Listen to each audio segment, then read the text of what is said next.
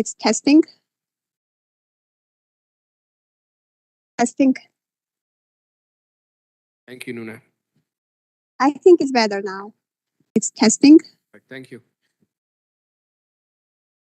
Testing. Can you keep talking so I can Thank you, Nuna. check one more time? I think it's better now. It's testing. Yes, Nuna, can you hear us now? Yeah, I can hear you, and the volume for me, it's good. Can you keep talking so I can Jennifer, can you check speak one more into time? that mic so Nuna I can think hear it's better now. Testing. We are It's testing. Yes, Nuna, can you hear us now? Yeah, I can hear you, and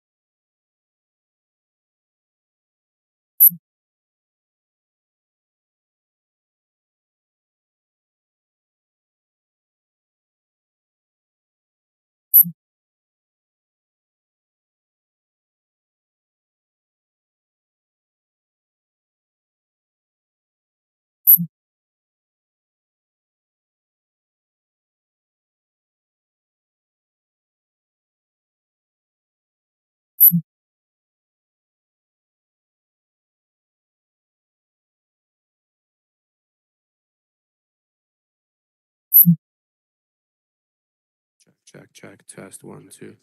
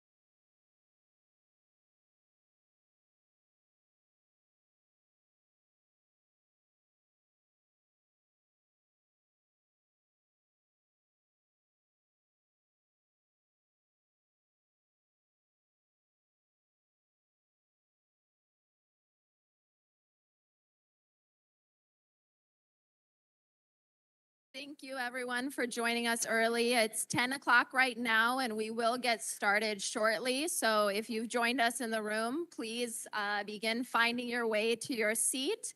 And those of you who have joined on WebEx, thank you for logging in, and we will get started shortly.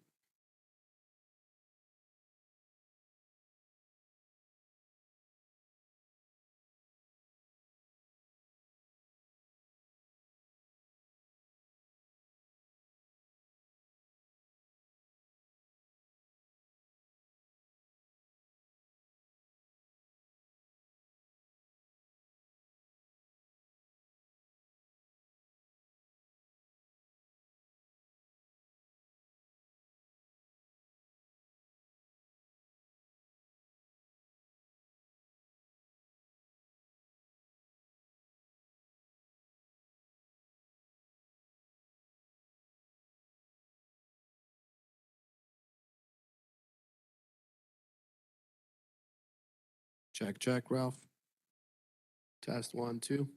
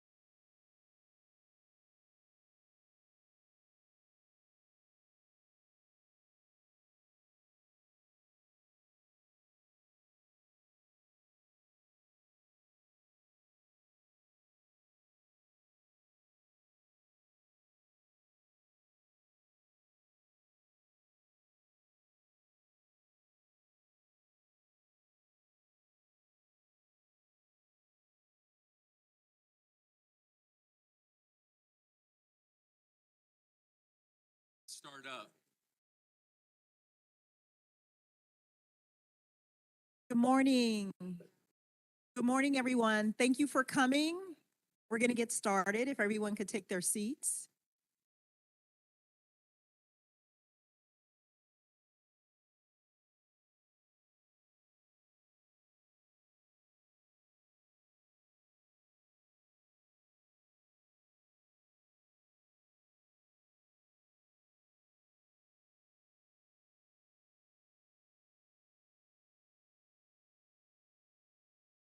Okay, everyone, we're going to get started.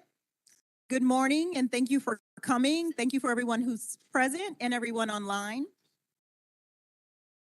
My name is Danielle Butler-Vappy, and I'm the Interim Executive Director of the Civilian Oversight Commission.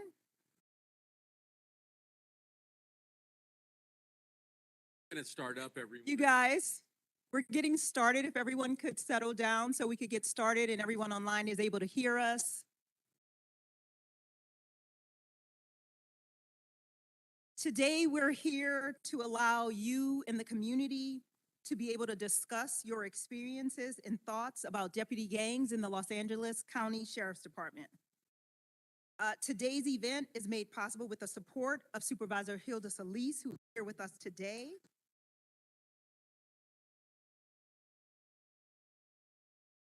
Supervisor Solis has been very instrumental over the years, keeping the focus on eradicating deputy gangs in the Sheriff's Department.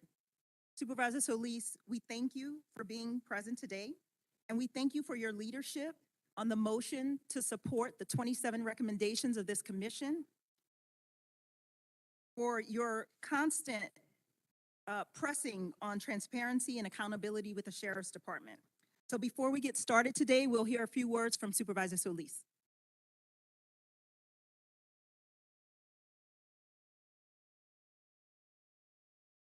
Good morning and buenos dias. Thank you for all coming this morning. And I especially want to thank Danielle. Danielle, thank you so much for the introduction. She's our interim executive director of COC, and all of the COC staff that are here. I would hope that everyone takes the opportunity to get to meet everybody. That's really essential. I want to especially thank the commissioners for being here, because it isn't often that I get to be in the presence of such important people that really do care about our community. I really would like to ask all of you and to acknowledge our chair, Sean Kennedy. Please give them a round of applause for coming out to East LA. You know, the work that they do is tremendous. And I am proud that we've been able to work alongside with them to come up with recommendations and adopting the recommendations that they made, 27 recommendations that they put forward in March. It says a lot about their commitment. It says a lot about your commitment as well, our community. And it's about eradicating the LA Sheriff's Department of deputy gangs. That's a discussion that today we're going to give opportunity to hear from the families. And I think it's important because I think even before COVID, I had an opportunity to talk with some of you, some of the family members, whether it was via virtual meetings or even before we shut down with COVID, seeing some of you in the audience at our Board of Supervisors meeting. We've come a long way, and our journey has been hard. And I will say this to you, that it is important that we continue on this journey. It is important that we hear from all of our stakeholders and that we really get to have those kinds of discussions at the level that really brings community together. That's really been my dream. You know, when I heard about the deputy gangs, that they have existed for over 50 years, I had to scratch my head. I was somewhat in disbelief, but then again, not really. I grew up not in East LA, but in the San Gabriel Valley. Our sheriff's unit out there was industry station. I'd heard a lot. I was growing up there and saw a lot of things happen.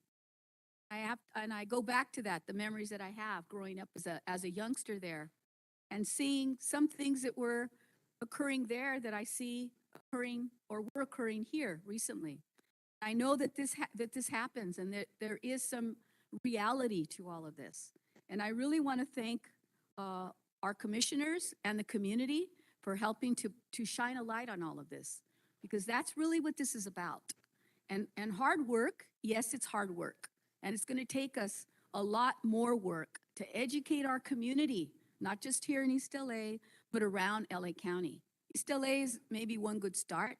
I'm sure South LA will also be having hearings and meetings. I would encourage the other Board of Supervisors to do the same thing, including Antelope Valley, Lancaster. So all of this has to be spread out in terms of information and transparency. And I want to just continue to let you know that my office, and I want to thank my staff, Mr. Lim, my team Solis that are here, hands at least stand up. They have been working side by side with me on this journey as well. And I also want to thank, and I'm hopeful that Sheriff Luna, our new sheriff, who created just recently constitutional policing unit, we have one of those members who's going to lead that, Eileen Decker. She's here as well. She tells me that she's available to talk to people afterwards or to get her card. But I thank her. I didn't even know she was coming. So I want to thank who I've known for many years. We worked on other issues. So I know that one of the things that we want to talk about is also one of the directives in the CLC recommendations was to make sure that we have full disclosure that the OIG, who is here with us today, Huntsman, also is able to access the database that the sheriff has and the documents that are there. For some reason, they were inappropriately removed before this new sheriff. So we have to work to make sure that we create that trust, that we create that fuente, as we say in Spanish, that bridge. We've got to create that bridge of cooperation and trust. So I'm hopeful that today we're going to start down that path. We've done a lot, but I've also know that there's many families here today that we're going to hear from. I especially want to thank the family of Paul Ria, family of David Ordaz Jr., the family of Anthony Vargas, and the family of Marco Vasquez. We're here para oír their stories. They're not forgotten. Continue on this road, this pathway, partnership together. I also want to make sure that you understand from my perspective, the county has a lot of resources, and I know perhaps some of you may be aware of some of them, but maybe not all of them. Today, we've invited many of our county resource folks that are sitting on the side there along the wall back of you. I want to encourage you before you leave today, supporting each other, but how can we also use the support services that the county offers for you? Some of these support services have just been created because of all the things that we have heard. I do not want to see those funding efforts and support services go without being tapped. And what I mean by that is I want to make sure that you connect, community connects. And maybe if you don't feel comfortable today, you get their cards and you follow up and you talk to them. Because we have to have confianza. You know what confianza means? We have to have confidence and trust with each other. And the people that are in the back, I'd like them to please stand. Would they please stand, all the providers that are here? Because I want to make sure that you all will visit with them and talk to them. They're here because they gave up their Saturday to be here in East LA with you. I want to make sure that wherever we go and we have events like this, that they're able to participate and that you take advantage of them. They're here to help our community heal. Here to help our community heal. I want to also say to you that we have a lot more work to do. Family assistance, violence prevention. We're just starting down that road, but we've done a lot to try to already, through 4 motions that I put forward, to try to help provide a lifeline of support for families who have been victimized. So whatever it might be, those funds should be made available for grief counseling, for burial services, and for other connections to resources that the county could offer to you, families, or those individuals that are impacted. I sincerely mean that. I too come from a place where I know that oftentimes You don't know who to ask, you don't know who to trust, and it's hard to navigate that system.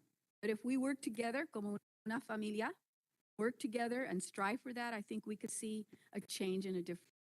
So I'm not going to say much more. I'll be here to listen, hear from you, to also encourage you to get to know this body that has been created because we know we have to have a better connection to hear the voices of our community. But they're not the only avenue. You have the support systems here. You have our offices here. You have many people that are advocating for. So please understand that. I hope each of them will be able to tell you the part of work that they have been so uniquely engaged in. And I especially want to thank the chairman, John Kennedy, because he has done a tremendous job doing the research to actually document over 50 years of existence, deputy gangs. So he's been a tremendous advocate, and we need to give him respect, and please give him a round of applause. So I will turn it back over to our moderator and let us begin. Y ojalá que vamos a seguir luchando. And as we say, sí se puede. Thank you. Thank you, Supervisor Solis. Before we continue, we're going to have a Spanish announcement. Good morning. I will be saying a few words to announce Spanish translation, and I will say that in Spanish. Muy buenos días. ¿Hay alguien que necesita interpretación al español? Esta reunión es inglés. Por favor, vayan en la mesa que está atrás. Tenemos el equipo de traducción. Gracias. Thank you.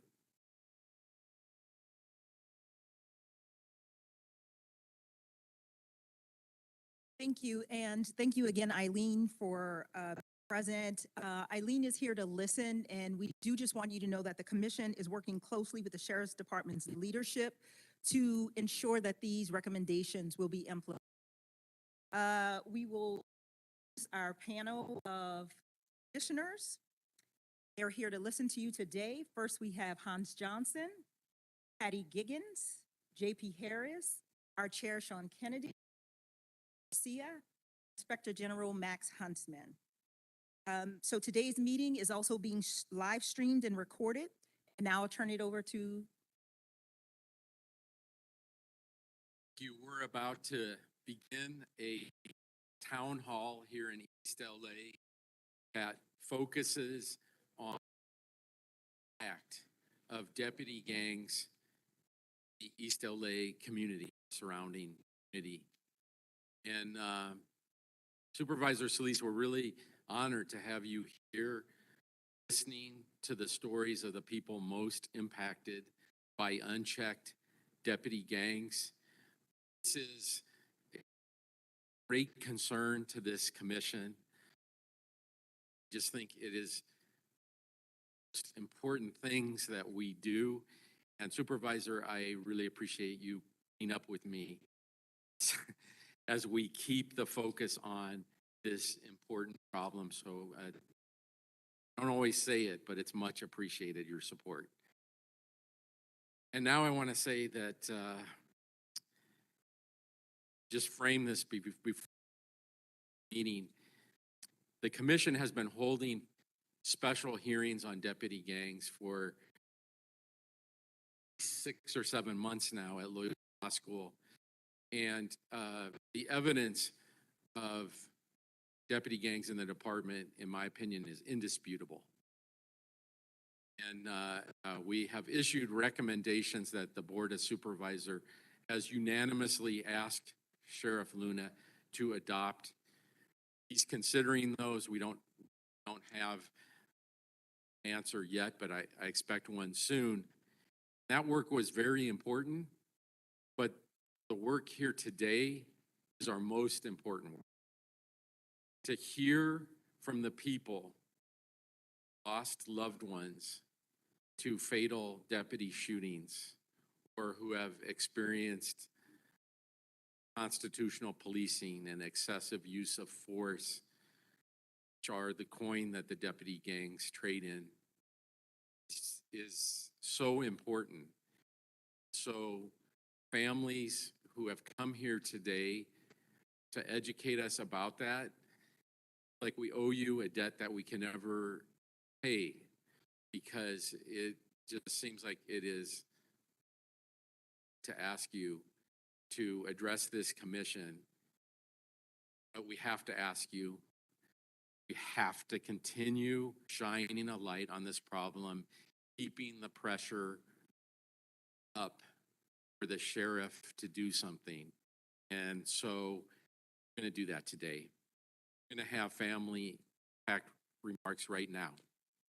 This is not a regular hearing. This is a town hall. I don't believe we have to comply with all the formalities that exist at our regular hearing. And I know many people don't feel like the 2-minute clock is enough to have a meaningful discussion.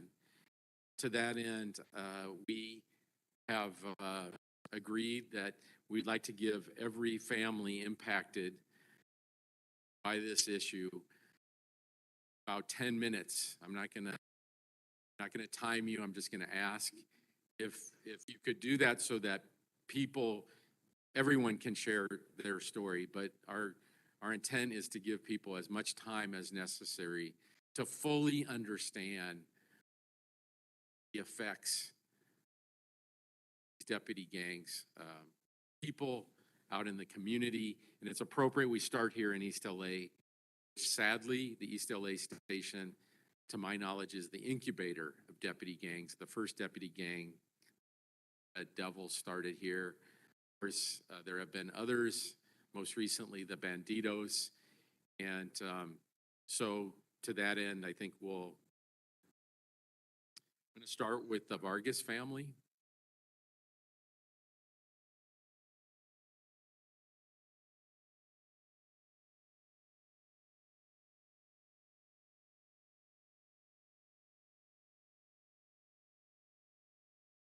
Ms. Lisa, majority of the people that are here already know me and the board already.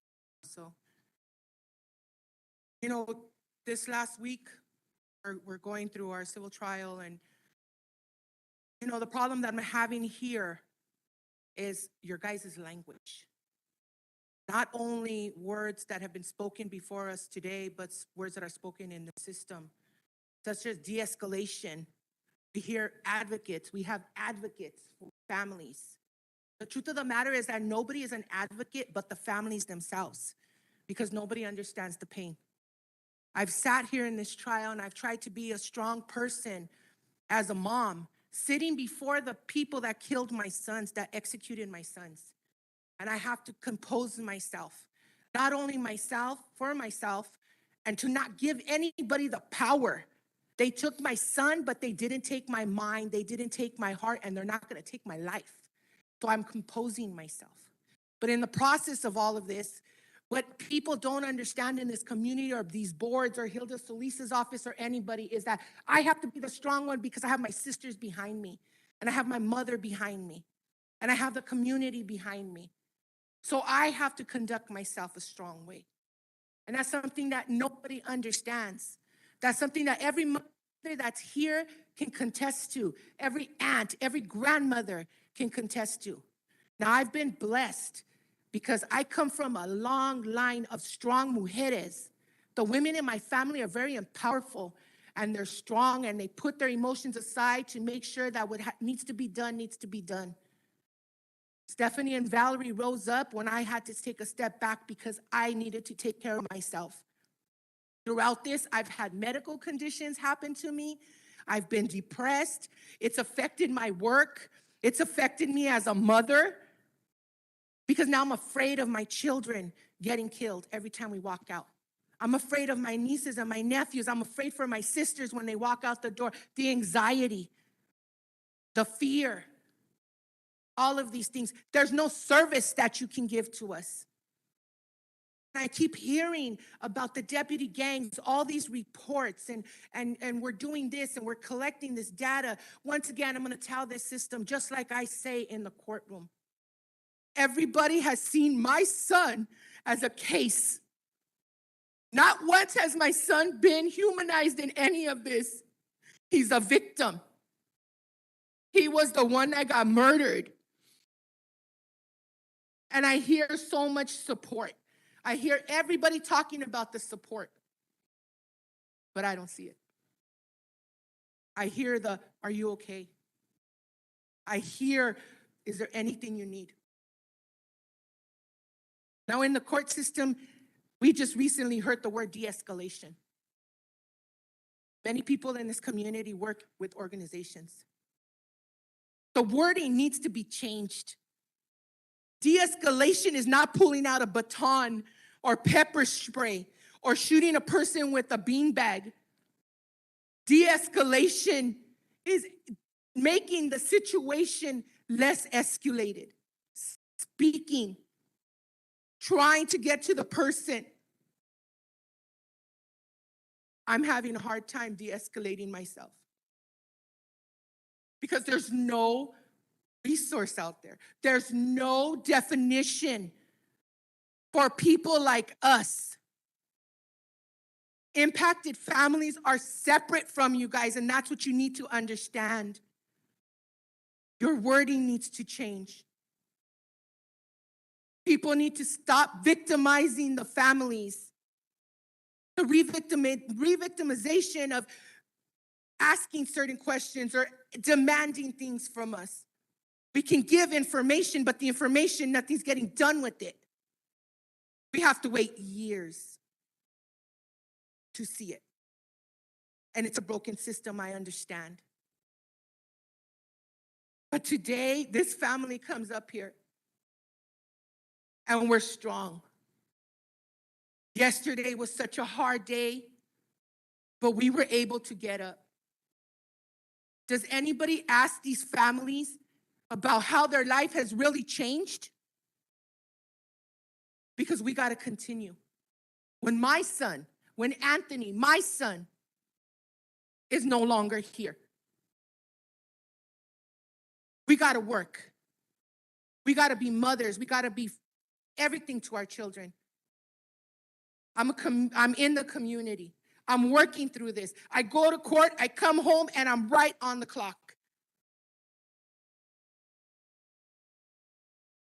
Not because I have to, but because I refuse to give this broken system the power, these corrupt cops to get the power over me to say not only did they take my son, but they broke my mind and they broke my heart. Every mother that's here, I honor them. I bow down to them. Every family member. Because to everybody out here, our loved ones are cases. Our loved ones are a topic. But no, here we stand with the rest of the impacted families out there and the ones that ain't here and the ones that we don't know because they're fearful behind the intimidation. And we're saying our children are more than numbers, more than cases, more than data that needs to be collected. These children deserve to be honored. I get you guys are a system. You guys have your information that needs to be collected to change this system. But let's be real. Is there even a dent in it? It takes years for data to get collected and then years for it to be in a process of emotion here. A majority of us have been intimidated in some way in our lives by these sheriffs, by law enforcement, and they're still out there. Nothing is being done. Nobody has the power but them. And this is where I say, as a mother, as an aunt, as a grandma, no more. No more. This is where our communities need to raise up and start bringing this issue to the streets. Because everybody's so afraid of these sheriffs, and guess what? To me, they're punks. They have little man syndrome. Half of these people that walked in that place today, the other day, were short, small, and they had so much power, trying to intimidate everybody that was in there. Where's the resources? Where's the community? Where's the system? Because at the end of the day, it's about the re-victimization. that they give us and they try to pump into us. I have generations that are coming, and my generations are going to stand tall, and my generations are going to make sure this stops. And my generation is going to go up against this system, and they're going to go hard. Because if you guys fail us, they're going to take over.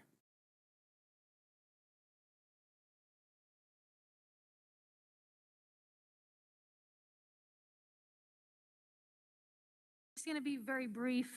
I just want to say, I want to thank the commission, specifically Mr. Kennedy, for holding these meetings, for being so consistent with going up against the system. From the beginning, you were, one of the first ones to challenge the notion of deputy gangs, and it's greatly appreciated.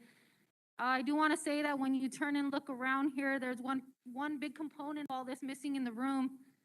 Where's Robert? Where's Robert Luna? He's the one that's supposed to be here to adopt these 27 recommendations, and he's the one chair that's missing in the room, and that's the problem. We're talking about deputy gangs, and we're talking about who's in charge of really uprooting the issue. It's the sheriff in charge, and he's the one chair that's empty up there. I have nothing else to say.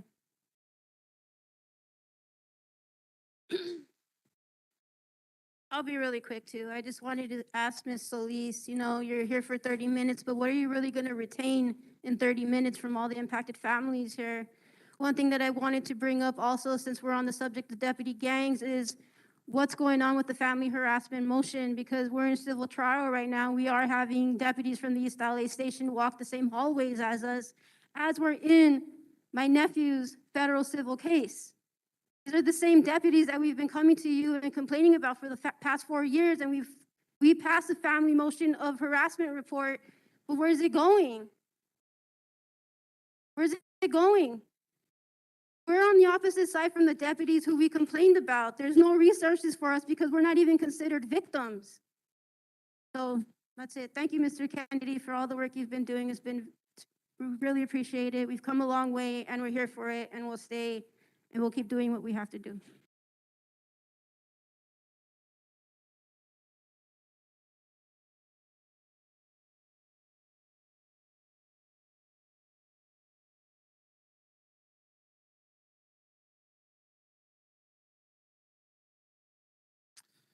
I really appreciate that. Next, we're going to hear from Vasquez's live, or if it's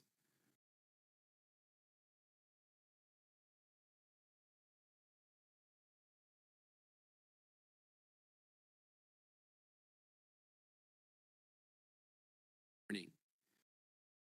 My name is Chris Vasquez. On the night of October 6, 2019, we asked for help during a mental health crisis. Instead, the Pico Rivera Sheriff Station assassinated my brother on the driveway of our childhood home. To make the pain even greater, he was killed in front of his loved ones. The use of excessive force by law enforcement has to stop. The impact that is caused by the sheer irresponsibility of power-hungry officers and the careless discard for a human life is despicable. To know that they hide behind badges and protected by outdated laws is a plain slap in the face. No one is above the law. Proper trainings and protocols need to be in place. If so, my brother may still been alive. Lethal force was not necessary that night, and it's not always the answer. Your so-called "I feared for my life" excuse is BS, and it's overused. We fear for our lives as well, and live with that fear every single day.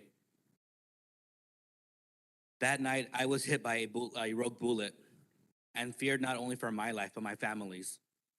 And we, as well as all the other impacted families, use our fear, our grief, and the memory of our loved ones to fight and change this broken system.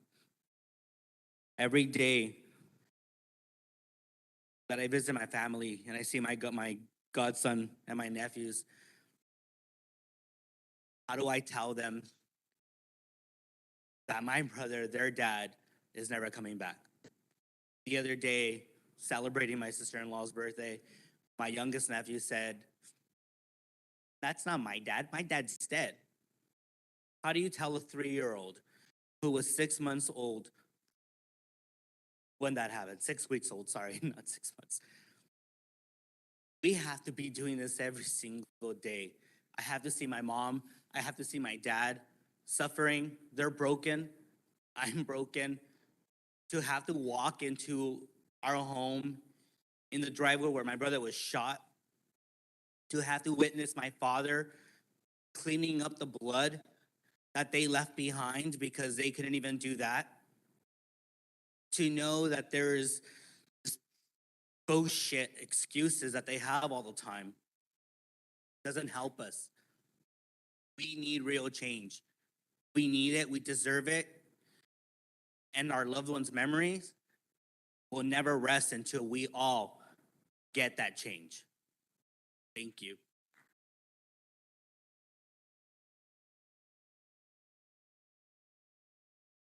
Good morning, and this is space. My son, Marco Antonio Vasquez Jr., my firstborn son, and he was also my friend.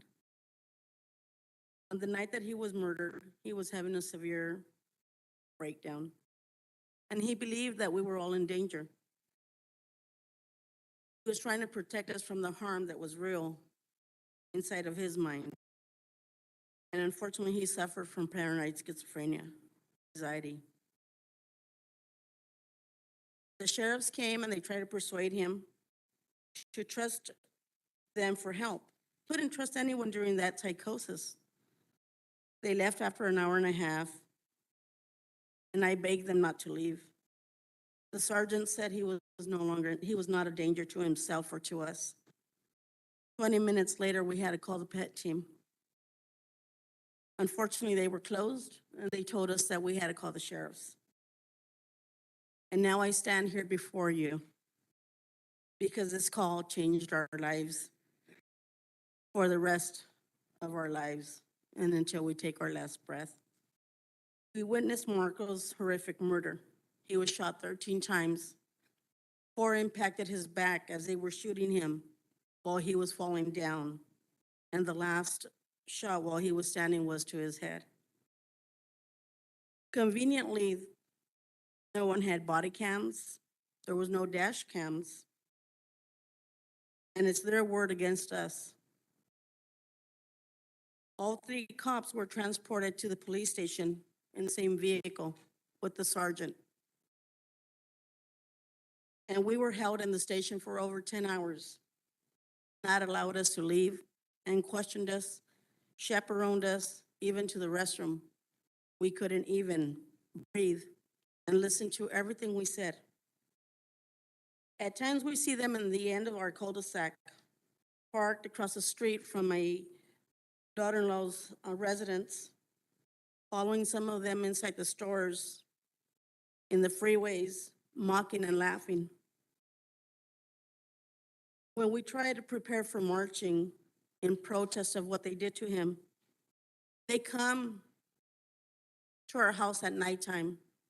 The second time they came during the day to reassure us that they are there for us, to help us, to call them if we needed any help, and they want to get all the details of where we're going and how we're walking and what streets we're walking on. But when we asked for help, instead of helping us, they murdered him. So why should we trust them? And now we're here fighting for justice. And as long as cops are taught to claim we feared for our life, they will use this excuse to justify the wrong. As long as they are protected by immunity, not held responsible, continue to pay wages after suspension, etc., they will always continue to murder our loved ones. Let's not forget he was terrified that his family was in danger. And in his mind, he couldn't comprehend that everything was really okay. They came with the intent to kill based on what was released on the 911 calls. They changed the whole story to fit their narrative and twisted around everything we said. Talking to them was our biggest mistake. We are left to grieve a lifetime, afraid of cops and untrusting of the system. A widow being mom and dad.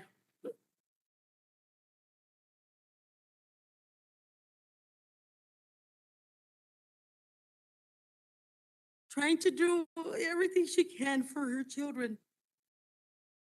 My grandchildren are now fatherless, hurting and full of pain, questioning themselves whether they did the right thing to call and ask for help. The guilt kills you because you question every action you took to try to protect him. The little one's blowing out birthday candles, pretending to be happy. And when you ask them to make a wish, you can see the pain and the sadness while they're wishing that their father was still here.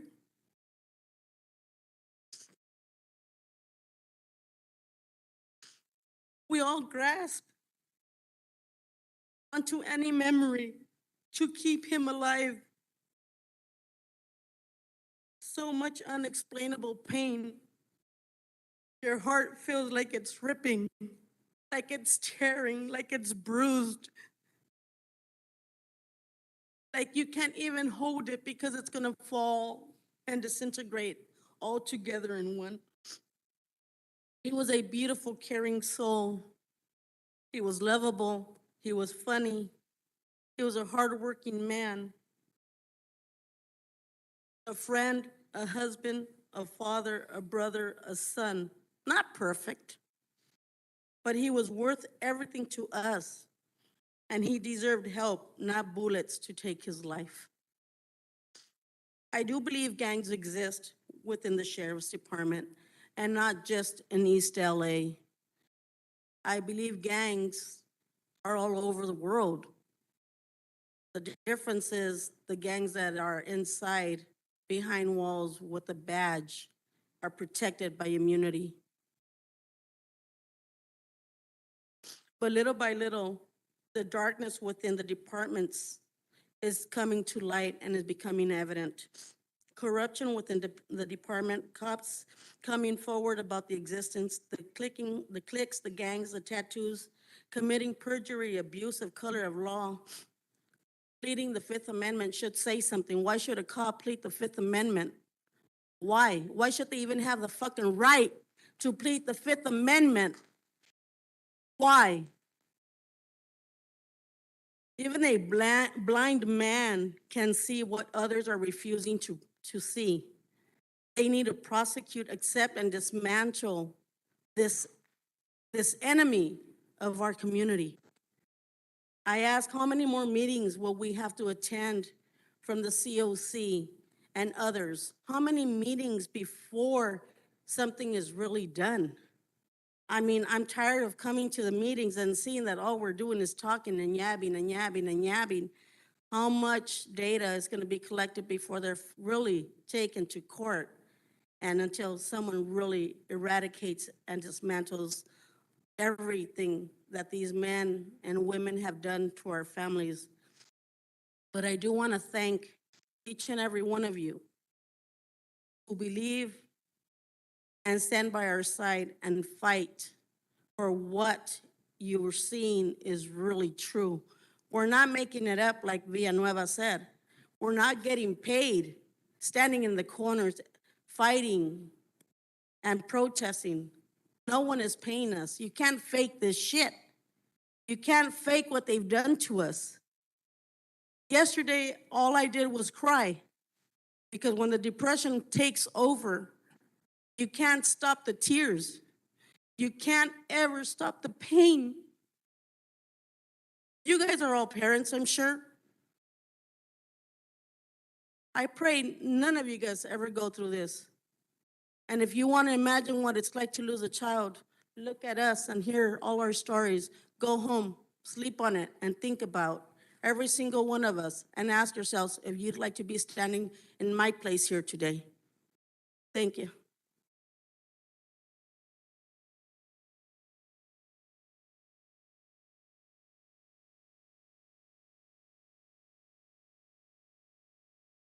Next, thank you.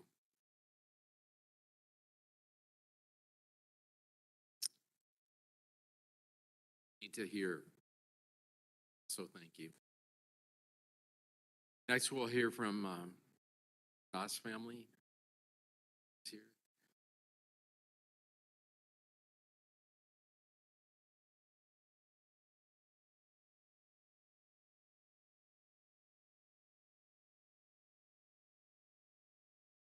whenever you're ready.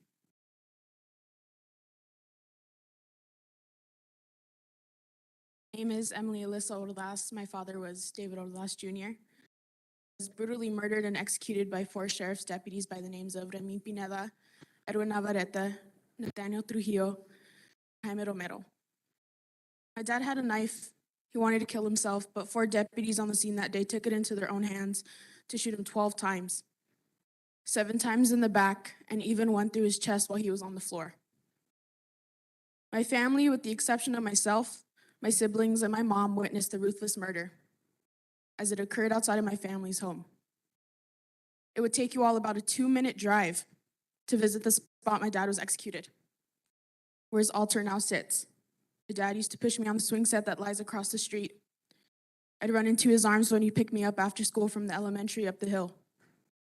Now, instead of him being able to do the same for my siblings, his memory is held by my family as we navigate the terrible journey of mourning and everlasting trauma. Our community of East LA has been plagued with neglect, gang violence, and harassment from LASD and its power-tripping deputies for decades. Leaving our Chicano youth, like my little brother, my little sister, my cousins, and myself, to experience and witness the loss of our brothers, fathers, grandfathers, and loved ones, instead of focusing on our education, our goals, and our future.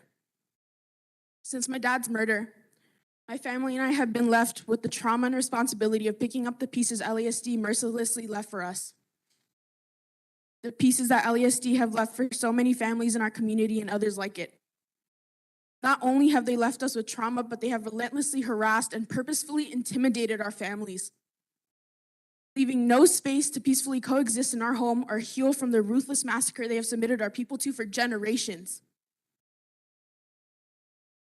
I can honestly say that I'm more fearful of deputy gangs than I've ever been of a civilian gang in my entire life.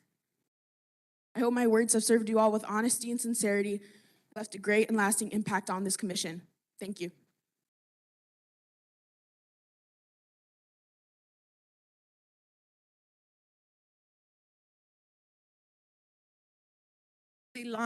As a lifelong resident in East LA and someone who has worked since 14 years old in our local church and elementary school, I have been able to gain the trust of my community. Law-abiding members of my neighborhood are afraid to report crime to the station. Neighbors are afraid they will be jeopardizing their immigration status.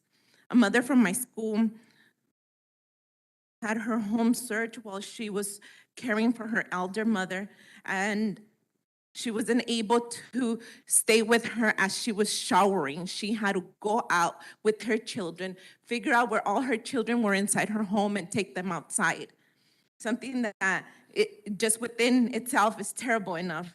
But unfortunately, LASD terrified them before realizing they had the wrong address. No sorries, no excuses. After she had been telling them for many times that why were they there? Why were they being searched? Even businesses who go out of their way to cater to deputies report that LASD is slow and unhelpful when they report an incident. Just before getting here, we were driving by on First Street, and there were some teens being harassed by some sheriffs. As we turned around, we see other ones right there with a transient. And being a transient is not a crime. It enrages me to remember and describe the day my brother was murdered by your deputies. The team that answered my call for help did everything wrong in a call that should have been supported for a mental health crisis.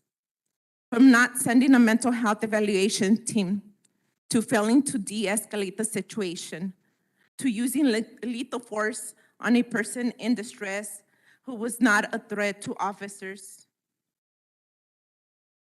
When my sister-in-law asked for answers after they executed my brother right in front of our family home, deputy screamed at her, "You called us. which I think is very disrespectful. Another deputy did not allow us to visit our brother at the hospital. I kept on begging him to let us go out and see him at the hospital. I had on the phone, I had the doctor that was working on my brother because we needed a confirmation that he was definitely dead, although we had seen how they had executed him in front of us. I begged him to let us go. And the doctor said, I'm willing to talk to a deputy, give your phone to a deputy. When I had my phone on speaker, she said, I need to speak to them because their loved one has already died and I need to tell them. And he said, there's no need because they just heard you. The next time that we ever saw David again was once we had him in a casket in his services. That was the next time we saw him after being executed. We had to see him that way. The excessive force used that day should have never happened at hands of those who we thought, because I did think before that they were there to protect and serve us. Never will anyone in our family ever have any trust or capacity to work with their department of deputies, as long as there's deputy gangs there. Now, we all know that Nicolas Perez is a Bandito member. And knowing now that he took control of David's initial report at the station makes me question the integrity of the entire day that happened. Seeing these officers out there is incredible and traumatizing. First, we saw them at our local store while we're trying to purchase groceries. We saw one of them there. But what was more terrible was after that, seeing him around the corner from our house. This shouldn't happen. Why are they not even asking to be removed to another station? Fine if they have their job. Just think about, put yourself in our situation where we're in our community and we're trying to live. We're trying to go by each day and having to see them around there. How traumatizing, having to remember that day and seeing their faces, how my brother is not alive and can't be here, but they are. Having my children drive is so paranoid, thinking that now they're gonna be in their hands. We can adopt any recommendations, we can adopt bills, laws. It doesn't matter what we do. If we don't put them in place and actually use them and actually go through with them, there's no point in them. So I ask you, if you are thinking of implementing, if you are giving these recommendations to him and he's not implementing them, or he says he is going to, it's your job and our job to make sure that he really is doing it and that he's following through with this. And him not being here, I'm sorry, but that already gives us a lot of information on how it's not gonna happen. Thank you.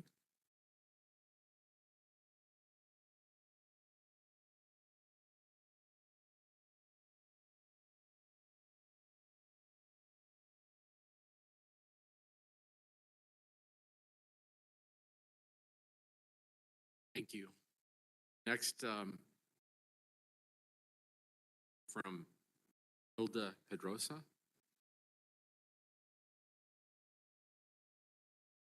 Part of, I really appreciate your comments about the need to implement norms and laws that we have. Listening. Nessa Perez.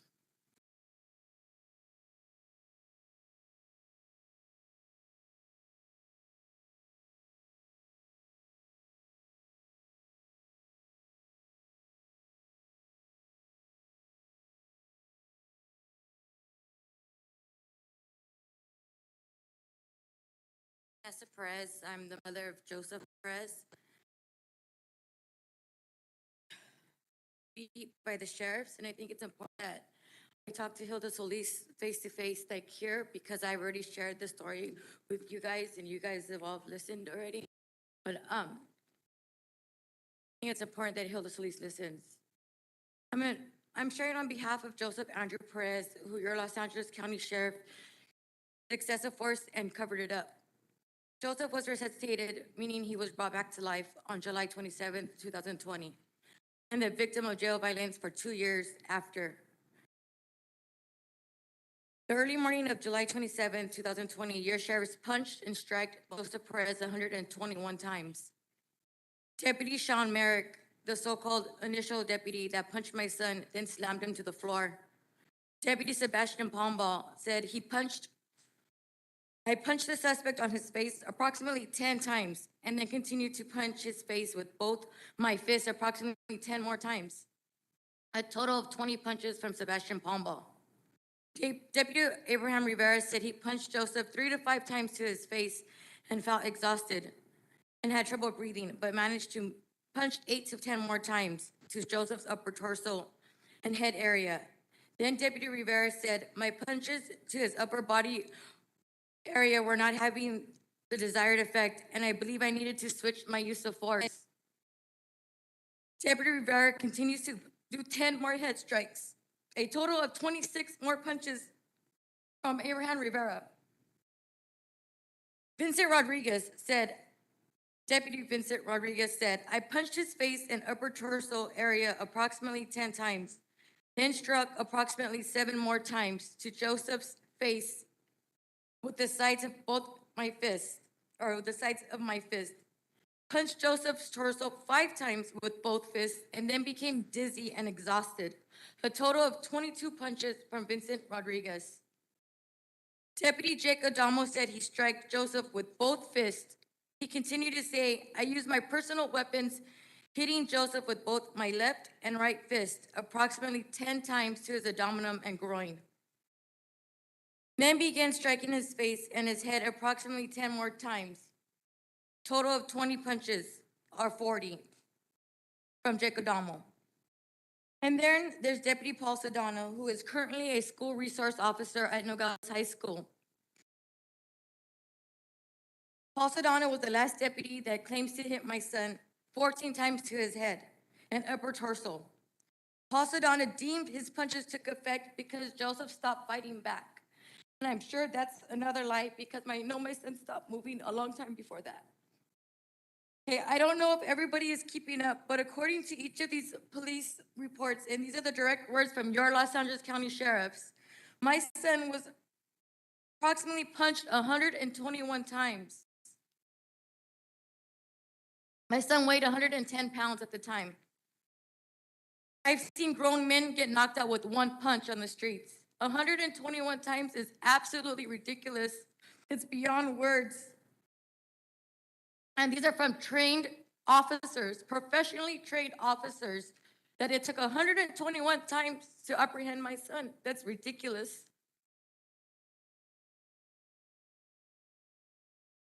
Not to mention the jail violence that occurred for the 2 years after that, and the medical neglect on behalf of more county officials. Okay. Then I want to say, I heard your recommendations, Ms. Hilda Solis, and I heard words like rotate and transfer. They need to be removed and terminated, is what I wish I would hear from your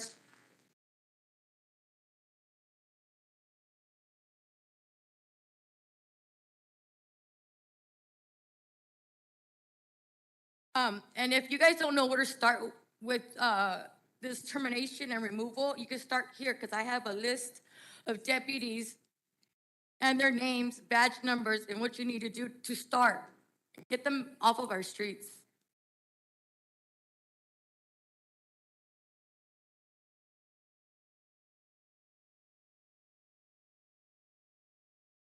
Thank you.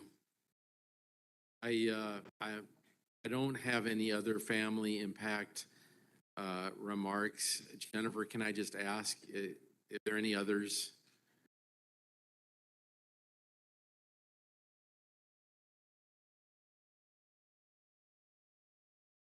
Well, and we will take public comments as well. We're just trying to get the family in, but certainly you can ask a question. You have a family impact? Yes, sir. Okay. My name is Luis Peña.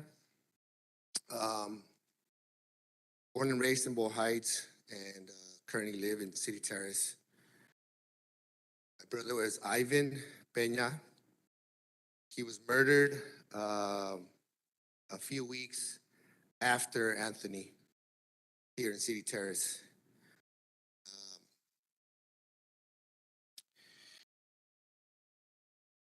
There's so many different issues that I don't need to address here, but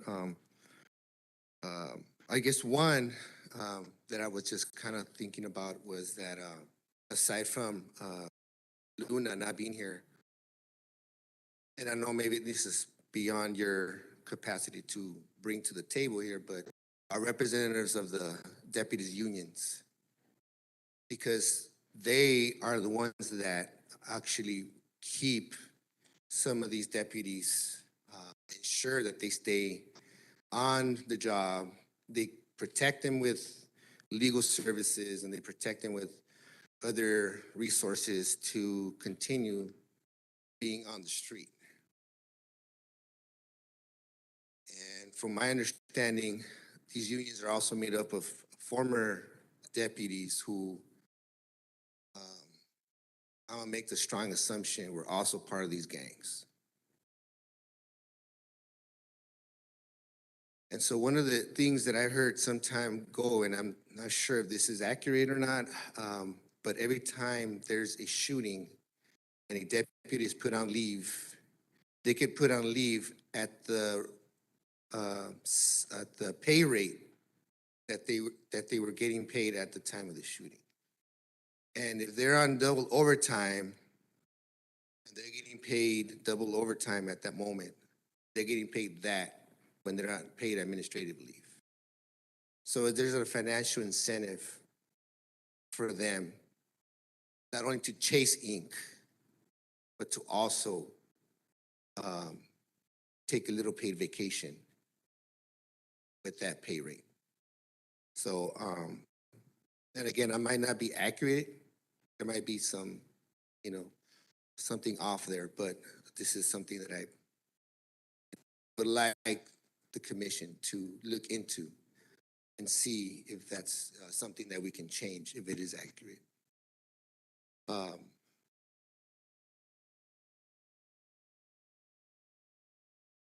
It's very symbolic that we're here in this place here. Behind us is a park, Obregon Park, and it's the location, the center of one of our oldest neighborhood community, groups, which some people call gangs, Oyo Maravilla.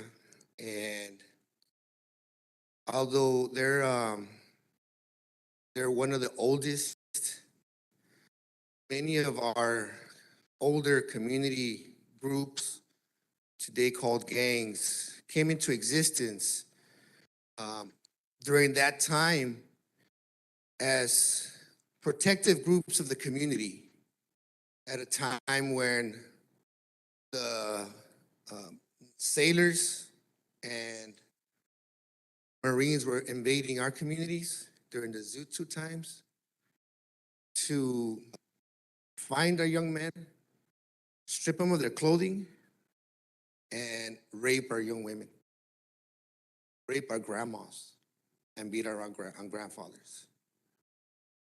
And although it was happening in LAPD area, it was also happening on this side. And so it goes to show that many of our so-called, what we call gangs today were created at a time to protect our community. But now we have these real gangs instead the sheriffs who are actually harming, murdering, and then smiling and laughing about it, like gangsters. So we also have a situation where not only are they murdering us, but they're also creating conflict within the gangs. They're also taking one young man and putting him in a rival area. And that's well known in our community, to stoke the fires of violence.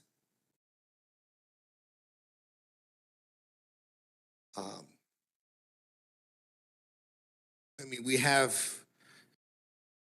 the story of the CIA turning a blind eye to bringing cocaine to our communities, which, you know, at a time and into an area of poverty, you just created this situation of being able to make more money and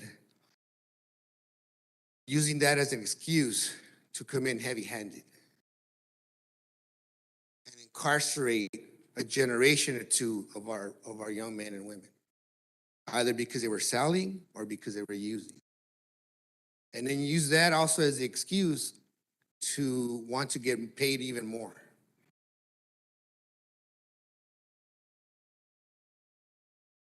So it's a systemic thing that, you know, these gangs, these sheriff gangs and the department overall wants to use as justification for wanting to come and get more funding and get more weapons and more deputies on the street in order to provide this safety, right? This law and order that we hear so much about throughout the decades, law and order. We don't have that, these gangs here. Law and order doesn't exist. For them, it's their law and their order. It's their street justice to earn some ink and be part of this elite or whatever secret society inside the department.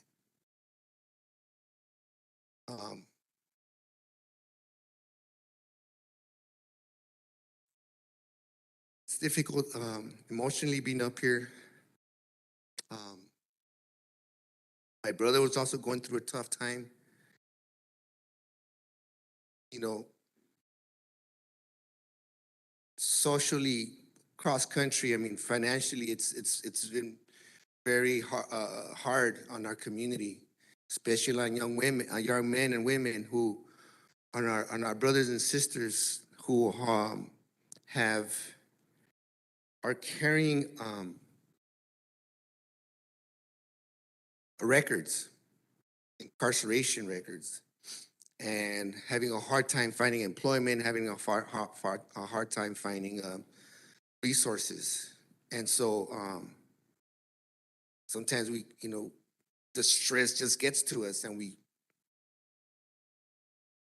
just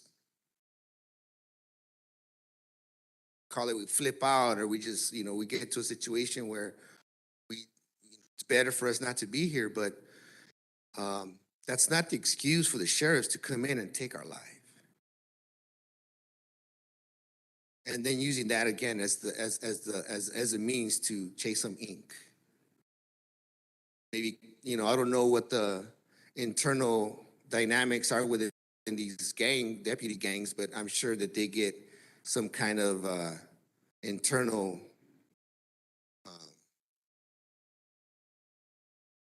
acknowledgement, or even going up in the ranks, becoming even an investigator, you know, get promoted even, because this is like 50 years, 60 years. These gangs in the department, they're promoting each other. So I know that I haven't really looked into the recommendations,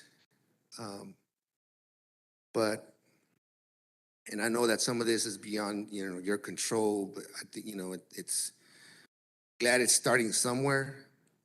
You know, I want to thank the families here that spoke before I have, because I know they've been more involved and they've been more in the, in the forefront of this struggle, of this cause.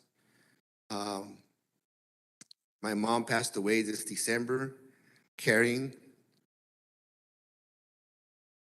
that pain and that trauma of having to lose her son. And now she's buried in the same location with her son. And I can see how she was carrying that sadness, that sorrow. So I just wanted to come up here and thank you all for opening up this space for us to speak, for us to, express ourselves. I would like to see maybe a little bit more of impacted community, impacted family up and, representing up there with you all. And it gives us family members and the community a sense of representation up there.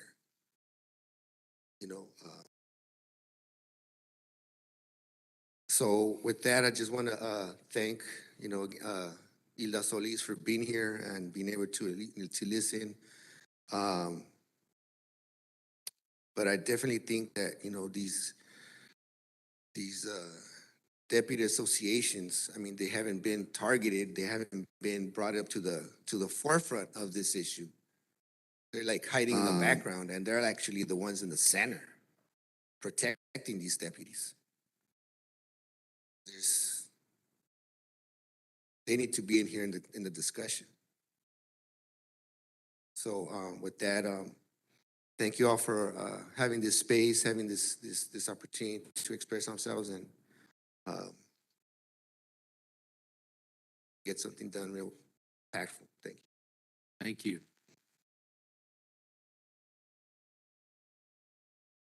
Who's gonna come up as a family member? But my brother Luis Peña, who just spoke, grew up together. His brother Ivan Peña was killed by the sheriffs. I consider like my brother. I loved him. I love both of them like my brother. So I come up here as a family member because I loved them like my family. And I can't even say that was my first brother that was killed by the sheriffs in East LA. Because my first brother that was killed by the sheriffs in East LA was in 1996. Sebastian Ramirez, who was running away and shot 18 times in the back of his back, in the back of his head, at 19 years old, who was an only child to his family. Growing up in this community, I've lost 2. What are the chances of that? 2 to law enforcement. So I'm coming up as a family member right now to speak. But beyond that, I grew up in this neighborhood, to tell you the truth, and my whole life. And yeah, there was a moment I was involved in gangs, but to tell you the truth, the first time I came home beaten, bloody, got jumped. My mom saw the horror in my face, stuck, full of blood. She goes, "Who did this to you?" The sheriffs. Call. Was young, walking down the street with a partner. Pulled us to the car, cuffed us, beat us down, asked us why we killed an individual that we didn't know who they were talking about. I was about 14 years old at that time. Drove me to see the dead body that I was being accused of killing. Took me in the car to the station to book me when they received the call that they actually caught the actual shooters. Opened the back door of the car with my other brother that was in a concussion. We didn't find out he was in a concussion till later when we had to take him to the hospital, but just uncuffed us and said, "Now you can walk." That wasn't the first or the last time I would have an experience like that in East LA. So since 1995, I have been a peace advocate and a peace worker in East Los Angeles, volunteering. It wasn't until 2009, because the service wasn't here in the county, that someone saw my advocacy and allowed me to become that in the city of LA, serving Boyle Heights, Lincoln Heights, and El Sereno. But in 2018, I was given the blessing and the honor by Hilda Solis to bring these same services into East Los Angeles. I was able to come home where I grew up to provide these services that I was doing in the city as a peace builder. And in crisis response, we respond to all community violence, whether it's gang violence, whether it's domestic violence, whether it's law enforcement violence. In my first year landing as a service provider in 2018, was the Vargas family, whose son was killed by the sheriffs. A few weeks later, a shooting in Salazar Park at 4 p.m. broad daylight, over 40 rounds, where children were playing in the playground. And they said there was an armed man that went down, but there was also a young unarmed man that went down. And in a few weeks after that shooting, when in a matter of 2 months, here there's a shooting in Terrace Hills. My brother lived there. Call him, hey brother, you know the brother that they're talking about?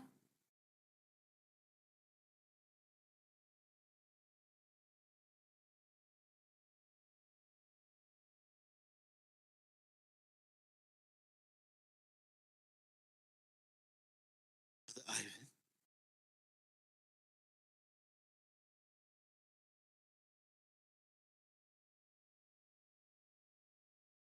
Respond to the Ordaz family. Was calling him a mental health call. Gets killed. Then a few months later after that, Jorge Serrano, the community said the man was already shot. Went half a block, went down on his knees, put his hand behind his back, ready to surrender.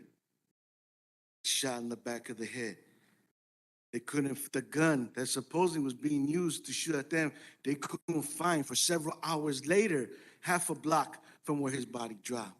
Jorge Serrano was killed by the same officers who killed Anthony Vargas. After that, a speed and run chase. But they got a call, no siren, trained officer going to an intersection, gets clipped, runs up a block, hits a mother and her 2 children, the 10 and 8-year-old, the Hernandez brothers, driving so fast that they cut the 8-year-old in half in that intersection. The mother has never been able to come out, so depressed and so in pain. Those little boys, were they gang members? What were they? They breaking the law at 10 and 8 years old? Never even a public apology. What community would that be tolerated in? Beverly Hills, would that have been tolerated?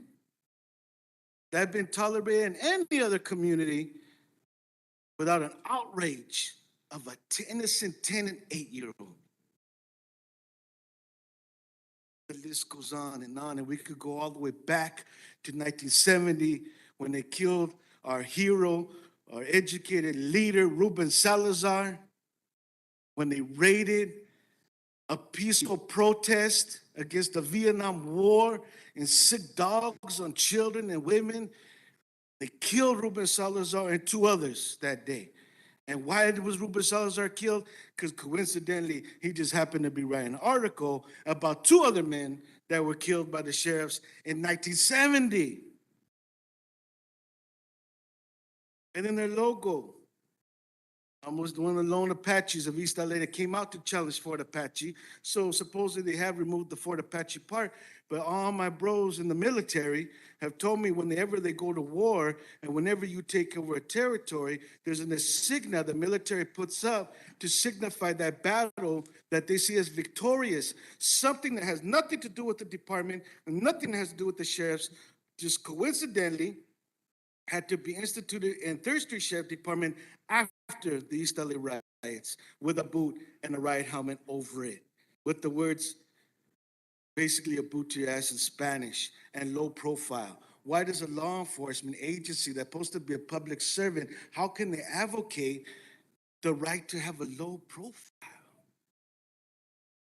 So supposedly the Fort Apache part has been removed, but all that other still exists. So what kind of real reform is going on in the mentality of these individuals that could clearly be seen as assimilating into gang culture rather than being law enforcement?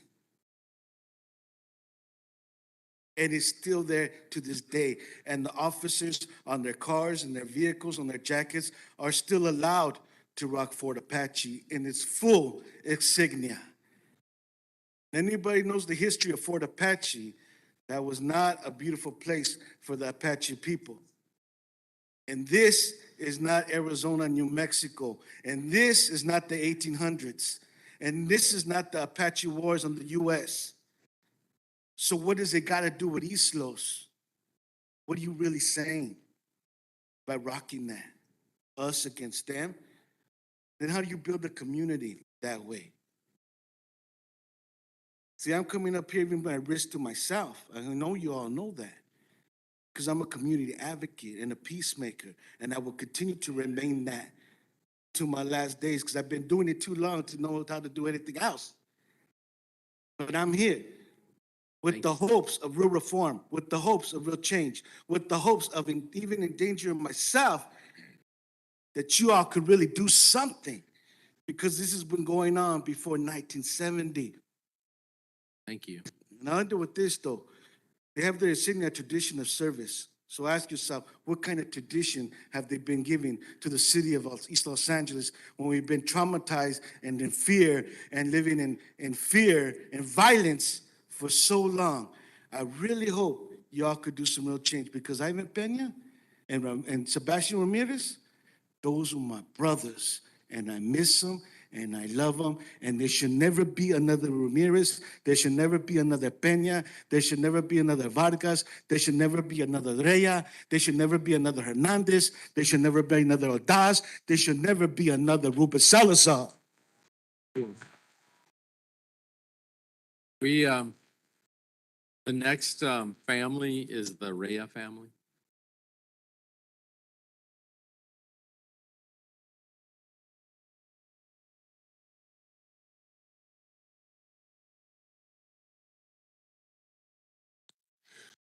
Take your time.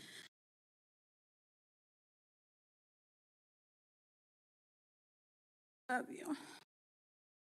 My name is Shailene Rhea. I'm Paul Rhea's oldest sister. My brother was killed on June 27, 2019 in a traffic stop. Out of my family, I'm probably the least emotional, but every time it comes to something like this, I'm broken. I'm traumatized.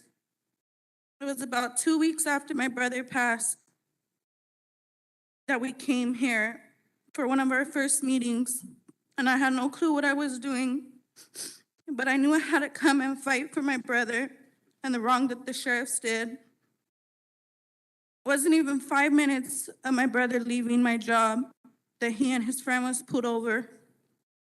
I wish I can share much of what happened, but we only know what the deputies claim because they didn't have no body or dash cams. The little we do know breaks us, and what we've seen from house surveillance is disturbing. The first action that Deputy Saavedra, a known Bandito gang member, did was jump on his cell phone, and within minutes, other Bandito prospects showed up. We went to the station looking for my brother, and there was no answers, just laughs in my mom's face. I went to the USC hospital to go look for him, and all they did was make me wait around and keep identifying every part of his body that I possibly could. By the time they took us in a room and a doctor came in and said that he didn't make it, I asked to see him one last time. Supposedly, his body was already at the corners. The sheriffs claimed there was a scuffle, but DA Lacey said there was no sign of a scuffle from the surveillance of the house. So why did you kill my 18-year-old brother in such a horrific way? Was he a sacrifice? Was he the stripes he needed to earn in the gang? I'm not sure what to say anymore, how to feel, how to think, or how to address these topics because we've been talking about it for so long. It's already going to be 4 years that my brother's life was taken from him. It's emotionally, physically, mentally draining. But for as long as I'm alive, you guys will see my face fighting for my brother in any possible way.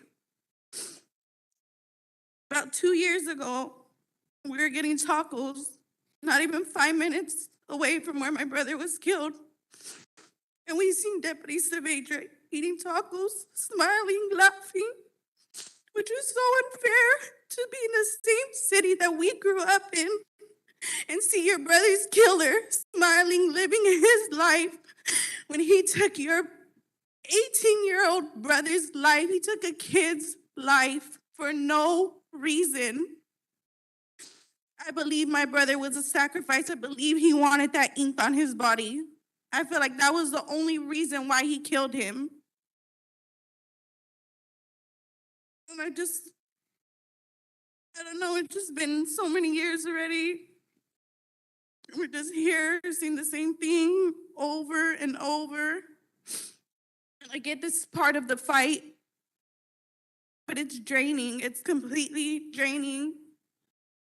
Just lost my grandma a couple weeks ago. And after Paul passed, that's when her health declined. Because that was her baby. That was her first grandchild that was taken from her. And I won't forget seeing her take her last breath. After she did, tears started coming down her eyes. And I believe it's because she's seen my brother. I believe it's because she's with him. And like I've said before, my brother made it to heaven. Saavedra, be in hell. Thank you. Thank you.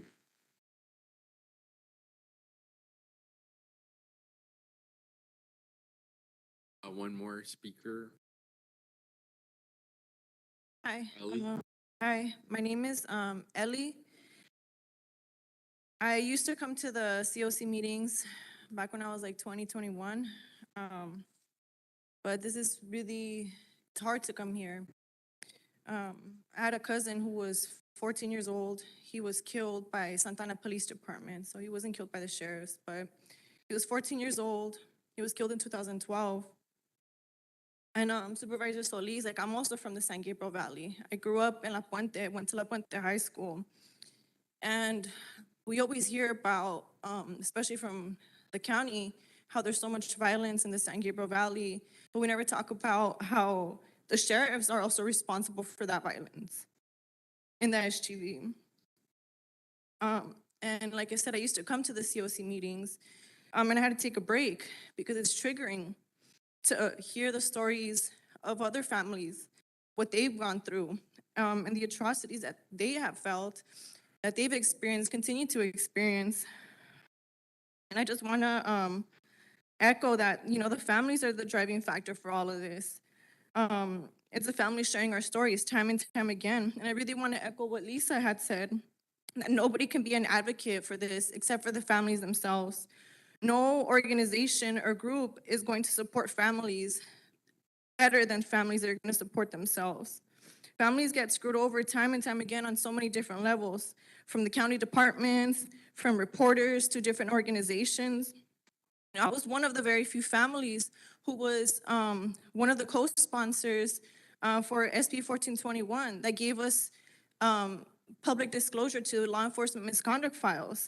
You know, I saw how reporters and organizations profited off of that when it was us, when it was families going up to Sacramento, talking to senators, talking to assembly members, talking to the governor about this. It was the families.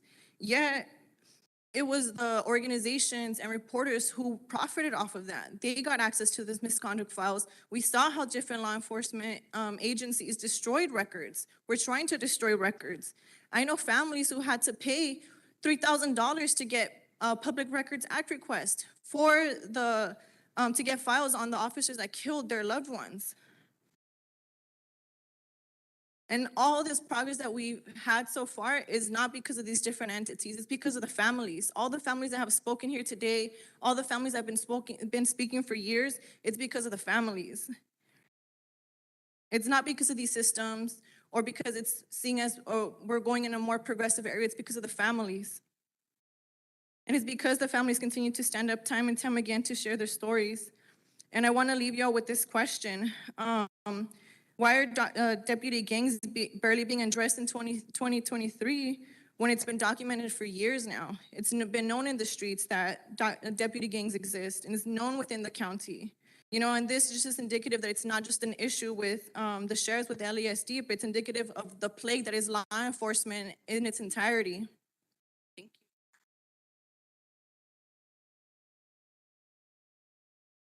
you.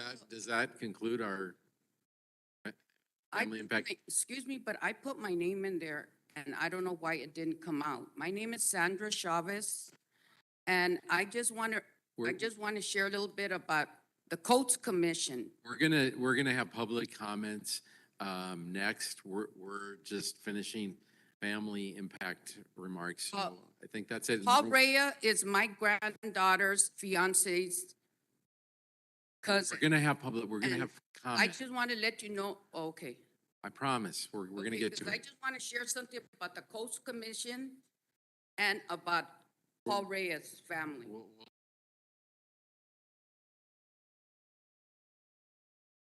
I think the thing to do in response to the profound statements we heard is to take a brief break. Say 10 minutes. Yeah. We're gonna have full public comment. It's just we've been going a long time, so we're gonna take 10 minutes and then we're gonna start up with all full public comment.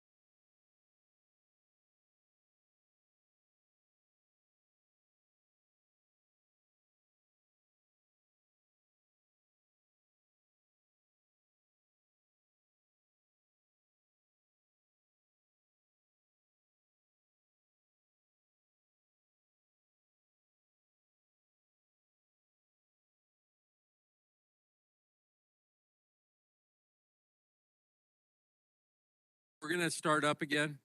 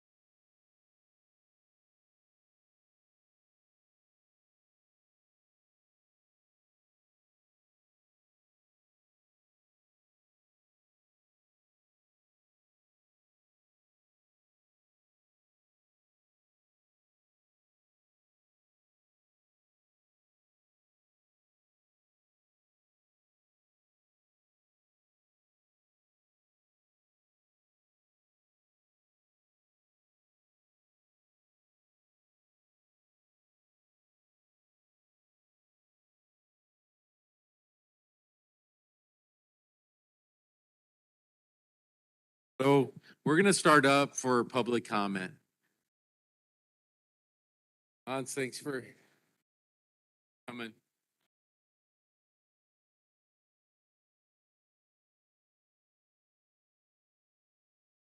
Yeah, thanks. Thanks. That's just heartbreaking, those execution decisions.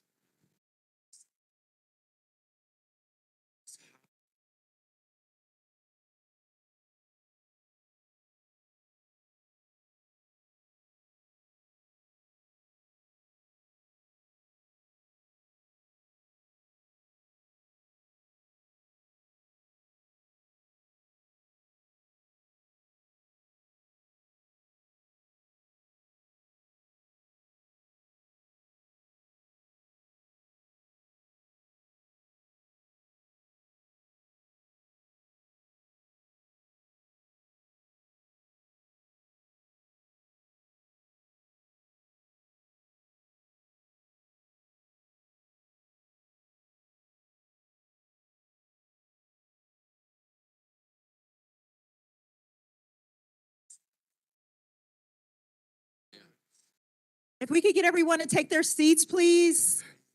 We do not have the room for that much longer, and we would like to hear from everyone who put in for public comment. So if we can get everyone to please take your seats so that we could be respectful of everyone else who would like to make a comment.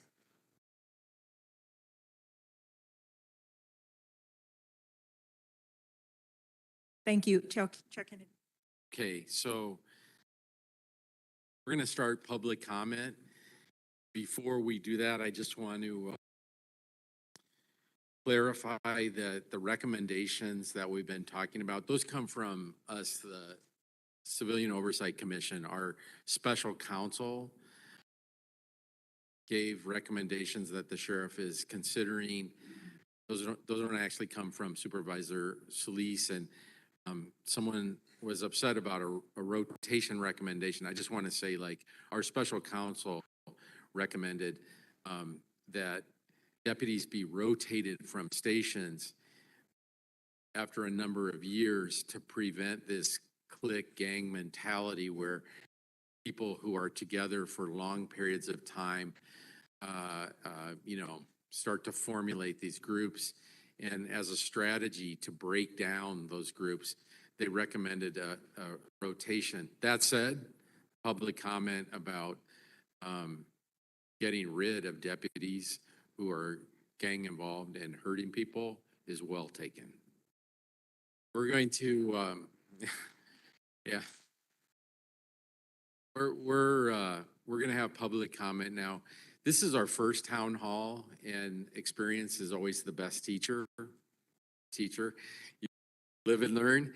Obviously, 2 hours is not enough, and we had this until 12 o'clock, but it's graciously been extended until 12:30. So I'm going to take as much public comment as we're going to take as much public comment as we possibly can. And if it's not enough, we're going to just come back some other time and take it again, because we really appreciate the direction and guidance, and really reminding everyone on this commission what we're really here for. Hearing those stories is deeply humbling. So if people could try to keep it at 2 minutes, I'm not gonna be an enforcer. It's much appreciated. I said I'm not gonna be an enforcer, and we're gonna go as long as we can. So. And I will just note also that the town halls are not just an optional part of these recommendations. There are 27 recommendations. The town hall commitment is number 14, right at the heart of all 27 recommendations. So the town halls will continue. And if you know people who want to take advantage of the town hall commitment throughout the county, we will have more town halls up the road, and we can schedule those town halls where people want to hold them. So let's build on the town hall commitment and the recommendations, and let's make sure that the stories get on the record as part of the commitment passed by the Board of Supervisors on the 7th of March. Thank you. So Jennifer? First speaker, Cejudo, followed by our second speaker, Ryan. Cejudo, I'm an activist. I have been around for a while. It's been decades that I've seen the sheriffs in action.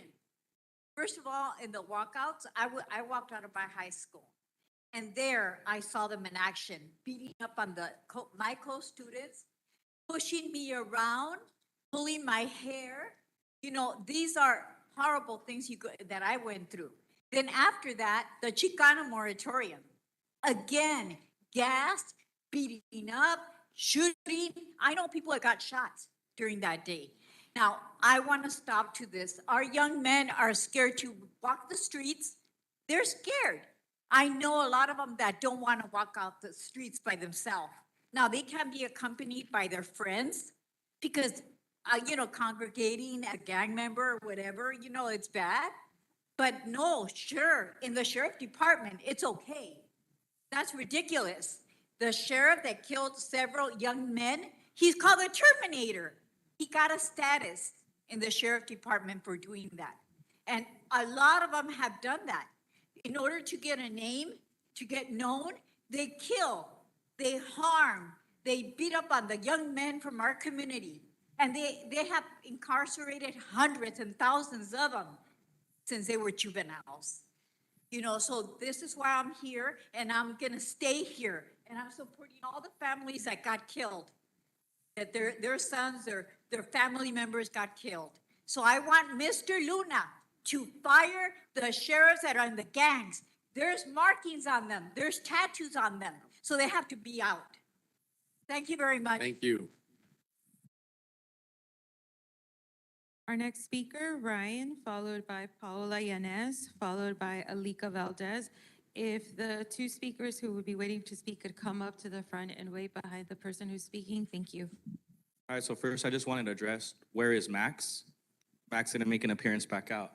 You see, I was originally here to share with y'all what I do and the importance of it. In a nutshell, I will. You see, I film law enforcement and hold them accountable. And shout out to my boy South Central who put me on this, And I encourage all of you to get out there and film them too, because once that camera comes out, it holds everybody accountable. We can't rely on these people no more because the only thing we have is one another. They don't give a damn.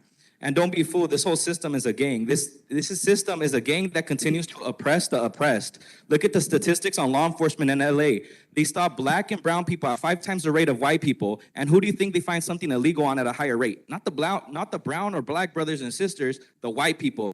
And the reality is that the system is a big gang against people of color. Every encounter I've had with law enforcement out on the street, when I show up for the community, I encounter another brown or black brother or sister getting their rights violated, getting harassed, or getting held at gunpoint. You should know this, James. You used to work for law enforcement yourself, didn't you? And I had this whole speech, but y'all caught my attention, so I wrote a new one. 5 out of 6 of you today right here are white. So therefore, you cannot possibly understand the pain and suffering of the families or the discrimination we people of color go through on a day-to-day basis. I see some of y'all with blank faces like you, James, and your goons next to you. Like you, Luis. You know, you guys making it seem like you guys got somewhere better to be. And that's the problem with y'all coming into our communities thinking you know what's best for us. You want to know what's best for us? Defunding the damn bigots and reinvesting in the community.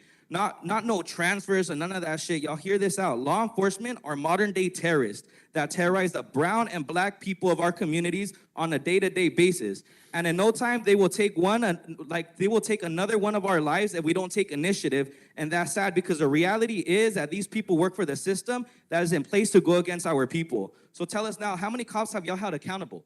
Because y'all haven't done shit. And I could tell y'all now, all the cameras are watching. Do something to not make yourself look like that.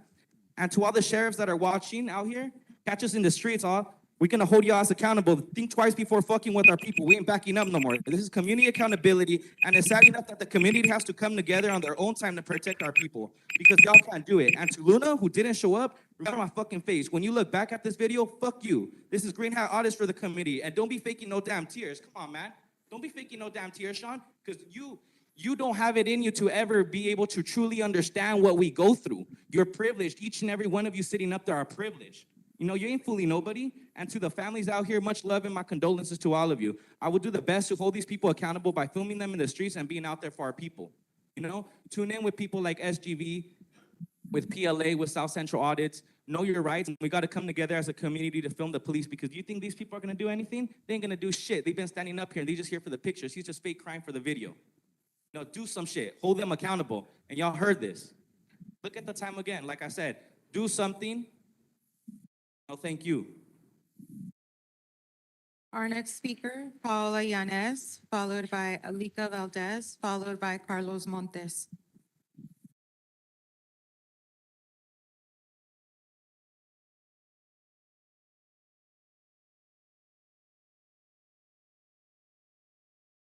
In East Los Angeles. And I still live here. I live in Boyle Heights now, but I've always worked in this community. This has been my home, my community where I have worked and served, been a community advocate, Girl Scout leader. Also, I worked for the County of Los Angeles as a social worker, Girl Scout leader. I had a girls club when I got out of high school. I worked in the Brooklyn Avenue School where I went to elementary school as well. The reason why I'm here is I'm here to support all these families that are here that have lost a loved one due to the violence that has been caused by the sheriff. This is not something new. This has been going on since the 70s, since I was growing up when I was 15, 16, 17, 18, 19, 20, throughout my life. Also, I had 2 brothers that were killed, but due to violence, due to gang violence. But the way I see it, it was not the youth's fault. It was because our system that we have had perpetually created a system of incarceration, has created a system of incarceration by our sheriff departments who are actually gang members. When I was growing up, we knew in the 1970s that there were gang members within the sheriff's department, and they still exist today. It was known by everybody, and they always instigated. I remember my brothers and even my students, because I worked with students in high school, they would tell me that the sheriffs would pick them up, they take off their shoes, and they would go drop them off in another person's neighborhood so they could walk and create violence. Instead of trying to build bridges to prevent violence, that never happened. And that's why I'm here today also, because we need programs in our community. We need education. Instead of putting money into budgets for the police department, we need to invest that money for our youth instead of having them incriminated and spending a life in jail because they're youth and because our system incriminates them. They go from the juvenile system, they go into the state system, and then they go into the federal prison. And you rob a person of their life. And the trauma that I suffered and my family, and not only us, but our whole community, because when you lose one person in your community, it affects everybody in our whole community, in our schools, in our churches. It has a profound effect forever. My brothers died over 40 years ago. Not only my brothers, my two neighbors who were brothers, my neighbor down the street, Dennis, my neighbors on the next block, they were all killed. And why? Because we were perpetuating a community of violence. We want people incarcerated. We want to support a criminal justice system to make profit of our youth and families incarcerated. That is totally wrong. And we need to invest, Mrs. Solis, we need to, Mrs. Solis, we need to invest in our communities. We need to invest in programs. We need to be creative. We need to give them education, childcare, and to give our families, our mothers, our fathers, our single mothers and fathers, we need them to give them support. And we know who is in trouble because our school system knows who's in trouble. So there's a lot of things that we could do to make our communities better. And we need to build bridges with all our agencies so that we can really have thriving communities. And we could have a community that is nonviolent. And we need to get rid of the damn sheriffs because they are the true criminals. And they true are the criminals. And we need to dismantle this system of criminalization and find a way so that we could solve solutions instead of criminalizing our communities. Thank you. Thank you. Thank you. Our next speaker, Alika Valdez. Hello, ma'am. I have a funeral I gotta go to because I'm for a comrade. So is it okay if I throw in my 2 minutes so I can get to the funeral? My name is Robert Strong. I'm on the list. Let's speak. Okay, all right. Go ahead. Hi, my name is Alika Valdez. So why are we here today? Why? Because of the LASD gangs, okay? So what I want to say is when we should invest in the community, to our youth, make bridges, but not invest in corporation, then why do we see LASD trying to be the real gangs when we should be the real gangs? Why? Why should we turn it like that? Why? So, you know what I'm gonna advise to all the citizens, not in our levels. This is what I'm gonna say. No more meetings, no more waiting, no more signing, no more courthouse days, no more townhouses. I will let the community decide what they wanna do this time, not the supervisor, nobody. Us citizen Angelinos. I hear from 10 o'clock right now, any discrimination from the LASD gangs, we will decide. No, not guys will ever decide. We're gonna pick them up. We're gonna do professionally. No more courthouse. Nothing. We're gonna let us decide. Nobody else. We're gonna do it our way. Anything that's discrimination from now or 10 o'clock and not anytime, any day, any year, we're gonna let them out. We're gonna terminate them. This is what we're gonna do. We're gonna decide. We're gonna vote. Not anybody from any local or federal government agency. I will decide. I will vote. I'm gonna let these guys vote. Not you guys. Not anybody in the government. Because this is why I'm here. I'm from Hawaii as well. Because you guys heard of me. And Hawaii is also tired of this. Did you know that police brutality has been going on, like they said, for almost 200 years? We're gonna end that. We're gonna decide. Look at New Jersey, period. Thank you.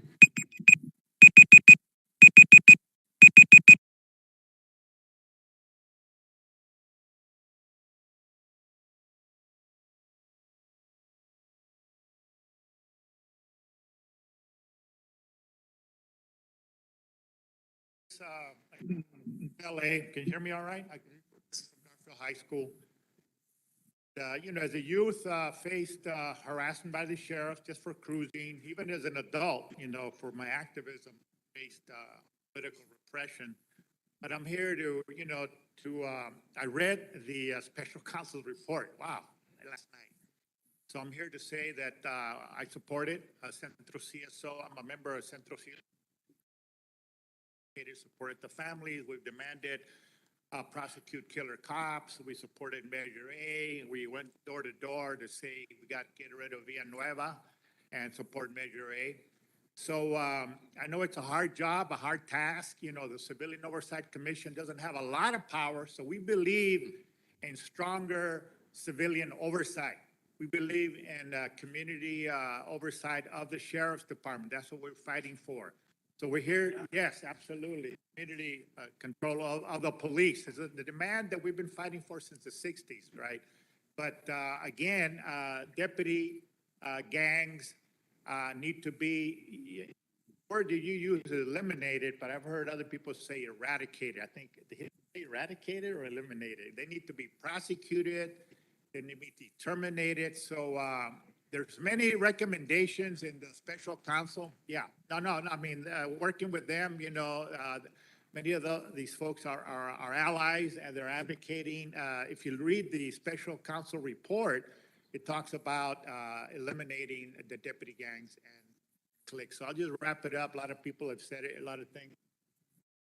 Families for coming out and speaking out and supporting the community. Now, just in closing, I just will say that this is a systemic racist problem of the killing of young Chicanos, Latinos, not only in East LA, but throughout the Southwest, and blacks, of course, right?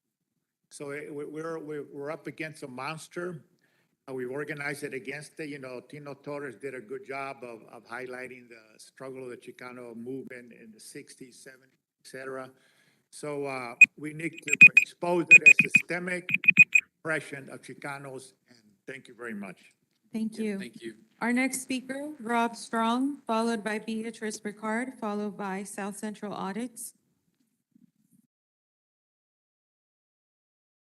Yeah, my name is Robert Strong. I worked for 10 years in the Los Angeles County Department of Mental Health. There's a lot going on in the blogosphere lately about how we need to replace police showing up with mental health workers showing up. Let me tell you where the holdup is with that. Let me tell you where the broken link in the chain is. I worked for 10 years for the Los Angeles County Department of Mental Health, and I got so tired of telling my supervisor, I'm not going to send the cops to do welfare checks on our client. If the PET team's available, I'm not going to send the sheriffs to bust in their doors and to terrorize our clients and to sometimes kill them, to saddle them with an ambulance bill for $400 when they didn't ask to be hospitalized in the first place. I continue to speak up about the police brutality I saw, and I would get written up about it every time. The sheriffs pressured Los Angeles County HR to fire me. I was fired last November for whistleblowing racist abuse within adjacent county organizations, the Sheriff's Department, and DCFS. There needs to be civilian oversight over the Department of Children and Family Services, which penalizes poverty and terrorizes families of color. But as long as people like me, supposedly the good guys, right? We're the people that you want to show up instead of the cops when your cousins are having a nervous breakdown, right? Because they're dealing with trauma from what the cops have already done to their friends. But when people like me want to do our jobs, we get fired. The sheriffs started stomping on me. One of the first big things to fall was when a friend of mine, Vishal Singh, an independent journalist, got photographic evidence of the Tri-County Sheriff's Conference in 2019. There was actually a kiosk of the 3%ers. Do you guys know who the 3%ers are? The 3%ers are a Christo-fascist militia that is pledged to destroy communities of color, to abuse our LGBT comrades. And the Sheriff's Department is actively working with these guys. It wasn't just that they were present at the Tri-County Conference. I'm going to finish. It wasn't just that they were present at the Tri-County Conference. The sheriffs allowed them to put up a kiosk and an information booth so the sheriffs could work with them, just like the Proud Boys. And every time I spoke out about that, I got written up until that stack of write-ups got higher and higher. And now they can't find mental health workers, right? You see the articles in the LA Times, it's hard to find frontline workers anymore. It's because they keep getting rid of people like me that are trying to do their damn job. Thank you. Thank you. Our next speaker, Beatrice Ricard, followed by South Central Audit, followed by Adriana Quinones.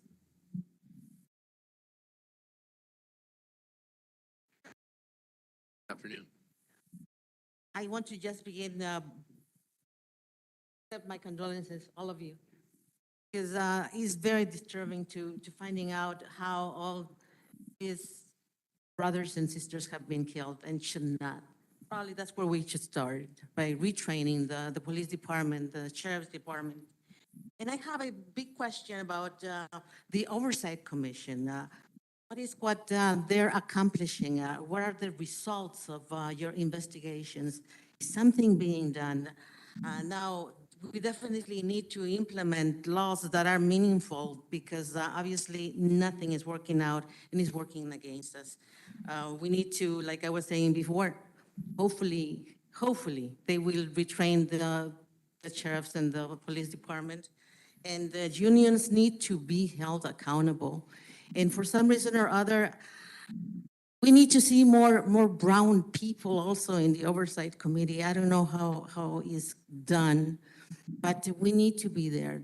Our experiences need to be told, and we need to be part of. We don't feel like we're part of. Thank you. Thank you. Thank you. Our next speaker, South Central Audit, followed by Adriana Quinones, followed by Sandra Chavez. How you doing, committee? My name is, I name myself Good Citizen. They call me South Central Audit. I'm here in the streets for the people. I'm for the people. This is what I do. This is what I love to do. I come out here, bro, and film the cops. I hold the guys accountable. I pull up to traffic stops. I pull up to all scenes. My recommendation to all the people that's here, guys, always record the police. If you guys see them, you guys record them. They are gonna be held accountable when the camera's watching. It hurts me, bro, all the stories that I heard. I'm pretty sure East LA has a lot of attention. You guys aren't gonna get a lot of attention now. All this story that's going on right here, bro, there's gonna be a lot of people watching. We're gonna be more in the streets right here in East LA, specifically, bro. And I hope you, Kennedy, do something about it. I hope you listening to the people. Remember something, man. All you guys work for the people. If you guys don't want to work for the people, if you guys don't want to listen to the people, don't work for the people. Remember that. Hilda Solis, I know you probably left, and I know you left, but I'm going to still address her even though her seat is missing. Pay attention to the people. You grew up around here, she should be here. You know what I mean? Listen to the people, bro. I'm not from this city, but I love the people. The people call me, the people tell me what it is, and this is what I'm going to do it for.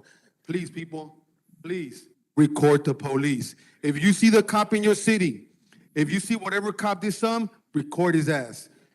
Trust me, they will think about it. And do me a favor, man, do not be transferring cops to other departments because they take that bullshit ass gangbanging mentality to another department and they plant the seed to another goddamn trying to be a good cop. And let me tell you something, man.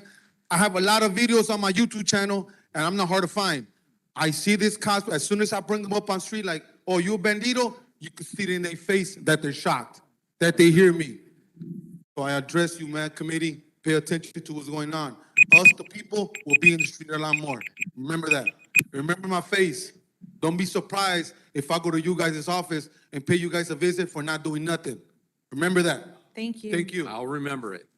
Our next speaker, Adriana Quinones, followed by Sandra Chavez, followed by Marquise Lofton. Morning, Commissioners and audience. My name is Adriana Quinones, a resident of Hacienda Heights. Thank you, Supervisor Solis, for asking the Oversight Commission to do community outreach. The Oversight Committee meetings need to be done on Saturdays and at the different supervisory areas. Please don't forget the San Gabriel Valley. I grew up in Royal Heights when drive-by shootings were done on a regular basis. Police brutality was normal. After video cameras, things started to change. Now I work closely with industry sheriff's department, in my opinion, the best. We need to not put Band-Aids on the different issues that we have. We need reform in all areas, criminal Justice, LA Sheriff's Department, and so on. The sheriffs needs to have town hall meetings and listen to the community. As the community, we need resources for crime prevention, have partnerships with schools, parents, after-school programs, parenting programs. And also something that very important that I learned is there's a form that you turn into the Sheriff's Department if you have someone in your house with a mental condition. And that's very important for us to know as a community, because that way, when you call in, they can go in with resources. But I also want to, I'm so disappointed in so many levels at the Oversight Commission, at the Board of Supervisors, the Sheriff's Department. And it's because it takes a whole lot of puzzles, a whole lot of pieces to bring in a puzzle together. The community has never been part of all these proposals. I recently had a situation where someone with a mental condition was really bad, and we called the police, and they couldn't do anything because in order to take advantage of the 5150, someone has to be a threat to themselves or to their loved ones. If that is not in the picture, there's nothing the family can do. And even when we have to lie in order to take advantage of the 5150, they're only held for 72 hours, and then what happens after that? So we need to start changing laws so that we can have some help for people with mental conditions. And also, let's start reforming the Sheriff's Department. Not only the Sheriff's Department, but I was under LAPD when they used to take us into the alleys and beat us up. So I have also been a victim, well, my family has a victim of drive-by shootings where my cousin was killed. Thank you. Nobody's talking about gangs. Let's talk about that. Thank you. Thank you. Our next speaker, Sandra Chavez, followed by Marquise Lofton, followed by Michelle Infante.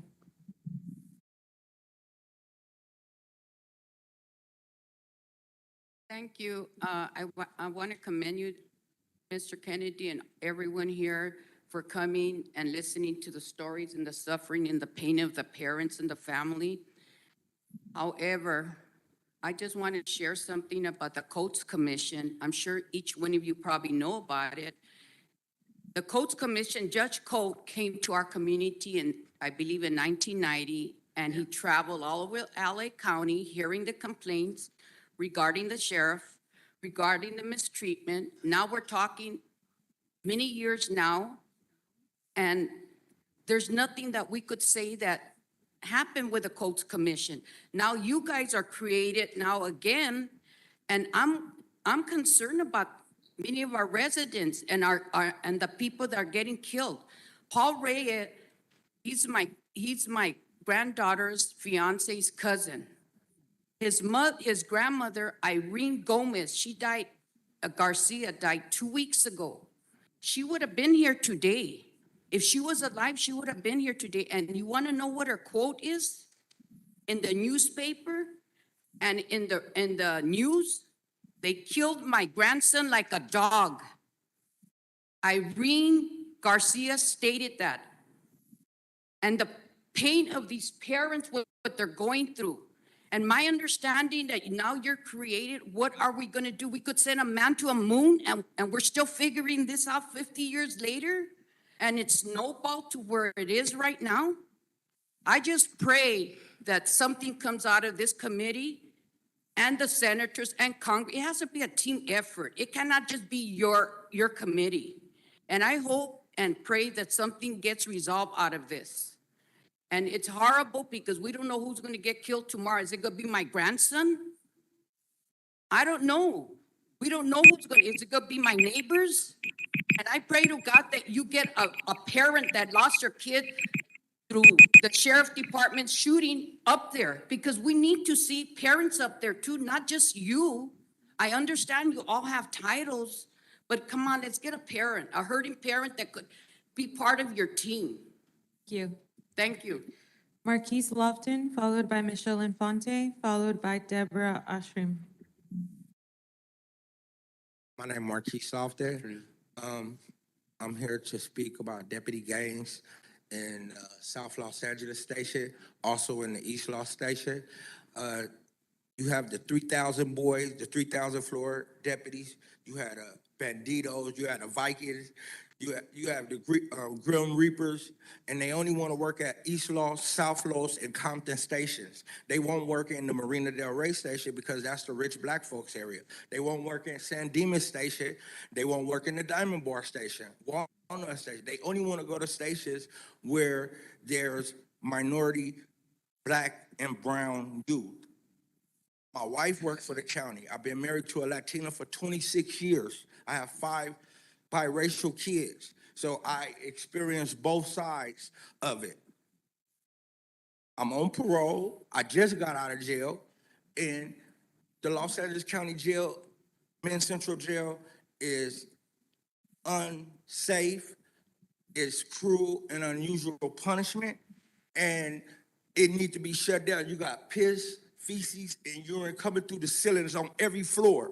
The water is gray. The water is contaminated. They're talking about they got it filtered. The water is contaminated. You can let the water sit in a cup out the sink right there for 5 minutes. It's gonna stay gray. You understand? They selling one top ramen soup in the county jail for $1.36 a piece. $29 for a case of $5 soups that we would pay for on the street. And Lee Baca's daughter is alleged to own it, the Keefe commissary. This stuff is so wrong. And it starts when these recruits get out of the academy. Because when they go to county jail, they have to work there 2-3 years in the county jail. So they're embedded with the old deputies that when they get pulled off the field in one of the station locations, they have to go back into the county jail because they can't be out on the street. So then now they recruiting even more banditos and 3,000 boy deputy gangs. Thank you. This stuff is wrong, and it needs to be addressed. And the Men's Central Jail need to be shut down. You got cameras in there, and they still got blind spots. They have multiple places where they beat you up. They're violating ADA rights. I have multiple sclerosis, MS. So when I go to the county jail, I got to get an interferon shot Q weekly. That's $1,000 a week. They don't want to give it to me. They make me fight for it. I didn't call Max up 20 times. Emailed his office. No response. Ineffective leadership. Thank you. Our next speaker, Deborah Ashingham, followed by Anthony Robles, followed by Vanessa Perez. Hi, my name's Deborah Ashheim. I own a business in East LA. I do a lot of voter outreach. I have 2 questions. The first question is, last year when I was trying to get out the vote, I had a lot of people responding saying, we vote to elect a new sheriff, we vote to elect new officials, nothing changes. So I want to know how I can continue to do my job. My second question is more specific. I was able to observe for a few days at the Vargas trial. Many things disturb me about the trial, but one thing has been really bothering me. There was a witness, she was a sergeant named Sarah Rodriguez. She's now a lieutenant for LA Sheriff's Department, and she had been the direct supervisor of Nicholas Perez and Jonathan Rojas, who murdered Anthony Vargas. And they asked her if she knew about a use of force incident where Deputy Perez had killed another civilian in 2019, and she said no. And so that's inconceivable to me. I feel like either she was perjuring herself under oath or she's incredibly bad at her job. And if she was incredibly bad at her job, the consequence was she's now a lieutenant in internal affairs. She was promoted to the agency that investigates the sheriffs. And so my question is, if those are the people that are investigating the LA Sheriff's Department, how is it possible that you even could ask us to let them consider their request to self-police themselves, to do their own investigation of the gangs? Because that is just so incredibly cynical that it's been bothering me all week. Thank you.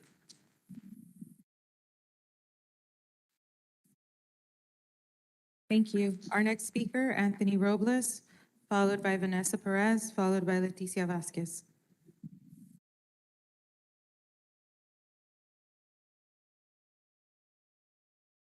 Who's next?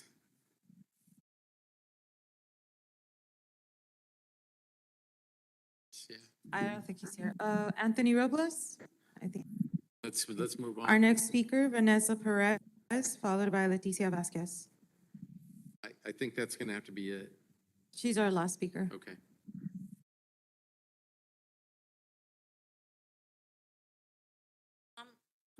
I wanted to speak to Hilda Solis as well, but She's not here anymore. okay. Now, I just want to say, where is the justice when the deputies have become professional criminals? The intent to use excessive force to the point of near death, then to have the capabilities to document what happened and make it look justifiable on paper. This is called premeditated by professional criminals you all call Los Angeles County sheriffs. These deputies get away from what they have done to our kids because these criminals say what they want to make sure they get away with it. What they have just done with videos, surveillance disappear. And the only thing left is the words of these deputies who have learned how to document their crimes. Instead of prosecuting these professional criminals, you're putting them in our kids' school. Paul Sedana, who works at Nogales High School, he is the deputy that beat my son, and now he's at my daughter's high school. Who's protecting my daughter while you guys are protecting him? And he needs to be terminated from Nogales High School. I can't stress that enough. I wish Hilda Solis was here to hear this. But he needs to be terminated, and all of them do. And then she had said something about her recommendations, I think it was number 20 and 22, about having the captains notified of the deputies involved in force incidents. The captain of industry sheriffs was at my court arraignment for the restraining order supporting Paul Sedana. So why do we, it doesn't make no sense. He's there to support this attempted murderer and support him to be at my daughter's high school. So that kind of like echoes on what the lady said before me. All right, thank you. Thank you. Our last. Our last comment, Leticia Vasquez. Again, hello. I just wanted to ask, and I apologize if I don't know all the recommendations. Actually, I don't know them because I don't know where to find them on the website. But do you guys have the recommendation to not allow police officers to witness the autopsies of your loved ones when they've either committed the crime or investigating the crime? My son, and I think a lot of us impacted families, the officers are standing witness during the autopsies. And they could really change the course of that autopsy and probably change what the coroner is going to say. So if it's not a recommendation in your list, I ask that you guys do that, because not only did they take our loved one, not only did they murder him, like in my case, in front of us, and we witnessed it all, but that's massacre, giving them the ability to massacre him again and have a joyride in their conversations while he's getting the autopsy done. If anyone had to be there, it was me. I brought him to life. They shouldn't have the right to be there and see your son cut up in pieces, their scalp removed and moved down, and then have the ability to talk about it and laugh about it later. I really strongly ask you to please put that as a recommendation. And when I asked, why do cops have the ability to plead the fifth? With anybody has the ability to plead the fifth, all that is saying is that they're afraid of self-incriminating themselves because they are guilty. They are guilty of doing what they've done, and they don't want to continue to allow someone to point the finger and say, yes, you're guilty, you know you did it, and you cannot look at the person in the eye. They know they did it, and any cop, any person that does that should not be allowed to, especially cops. Thank you. I just want to say this commission is taking up the issue of the sheriffs and autopsies next Thursday, April 20th, at our regularly scheduled meeting, we will have the LA coroner and groups who have been studying this issue speaking. So your comments are appreciated, and we're actually going to take that up. We are over time, so I am so sorry. We must conclude this town hall. For those who came and stayed so long, we really appreciate it, and we will have more town halls in the future. To my commissioners, I appreciate you being here on a Saturday, and to our staff, thank you for making this happen. I really appreciate it.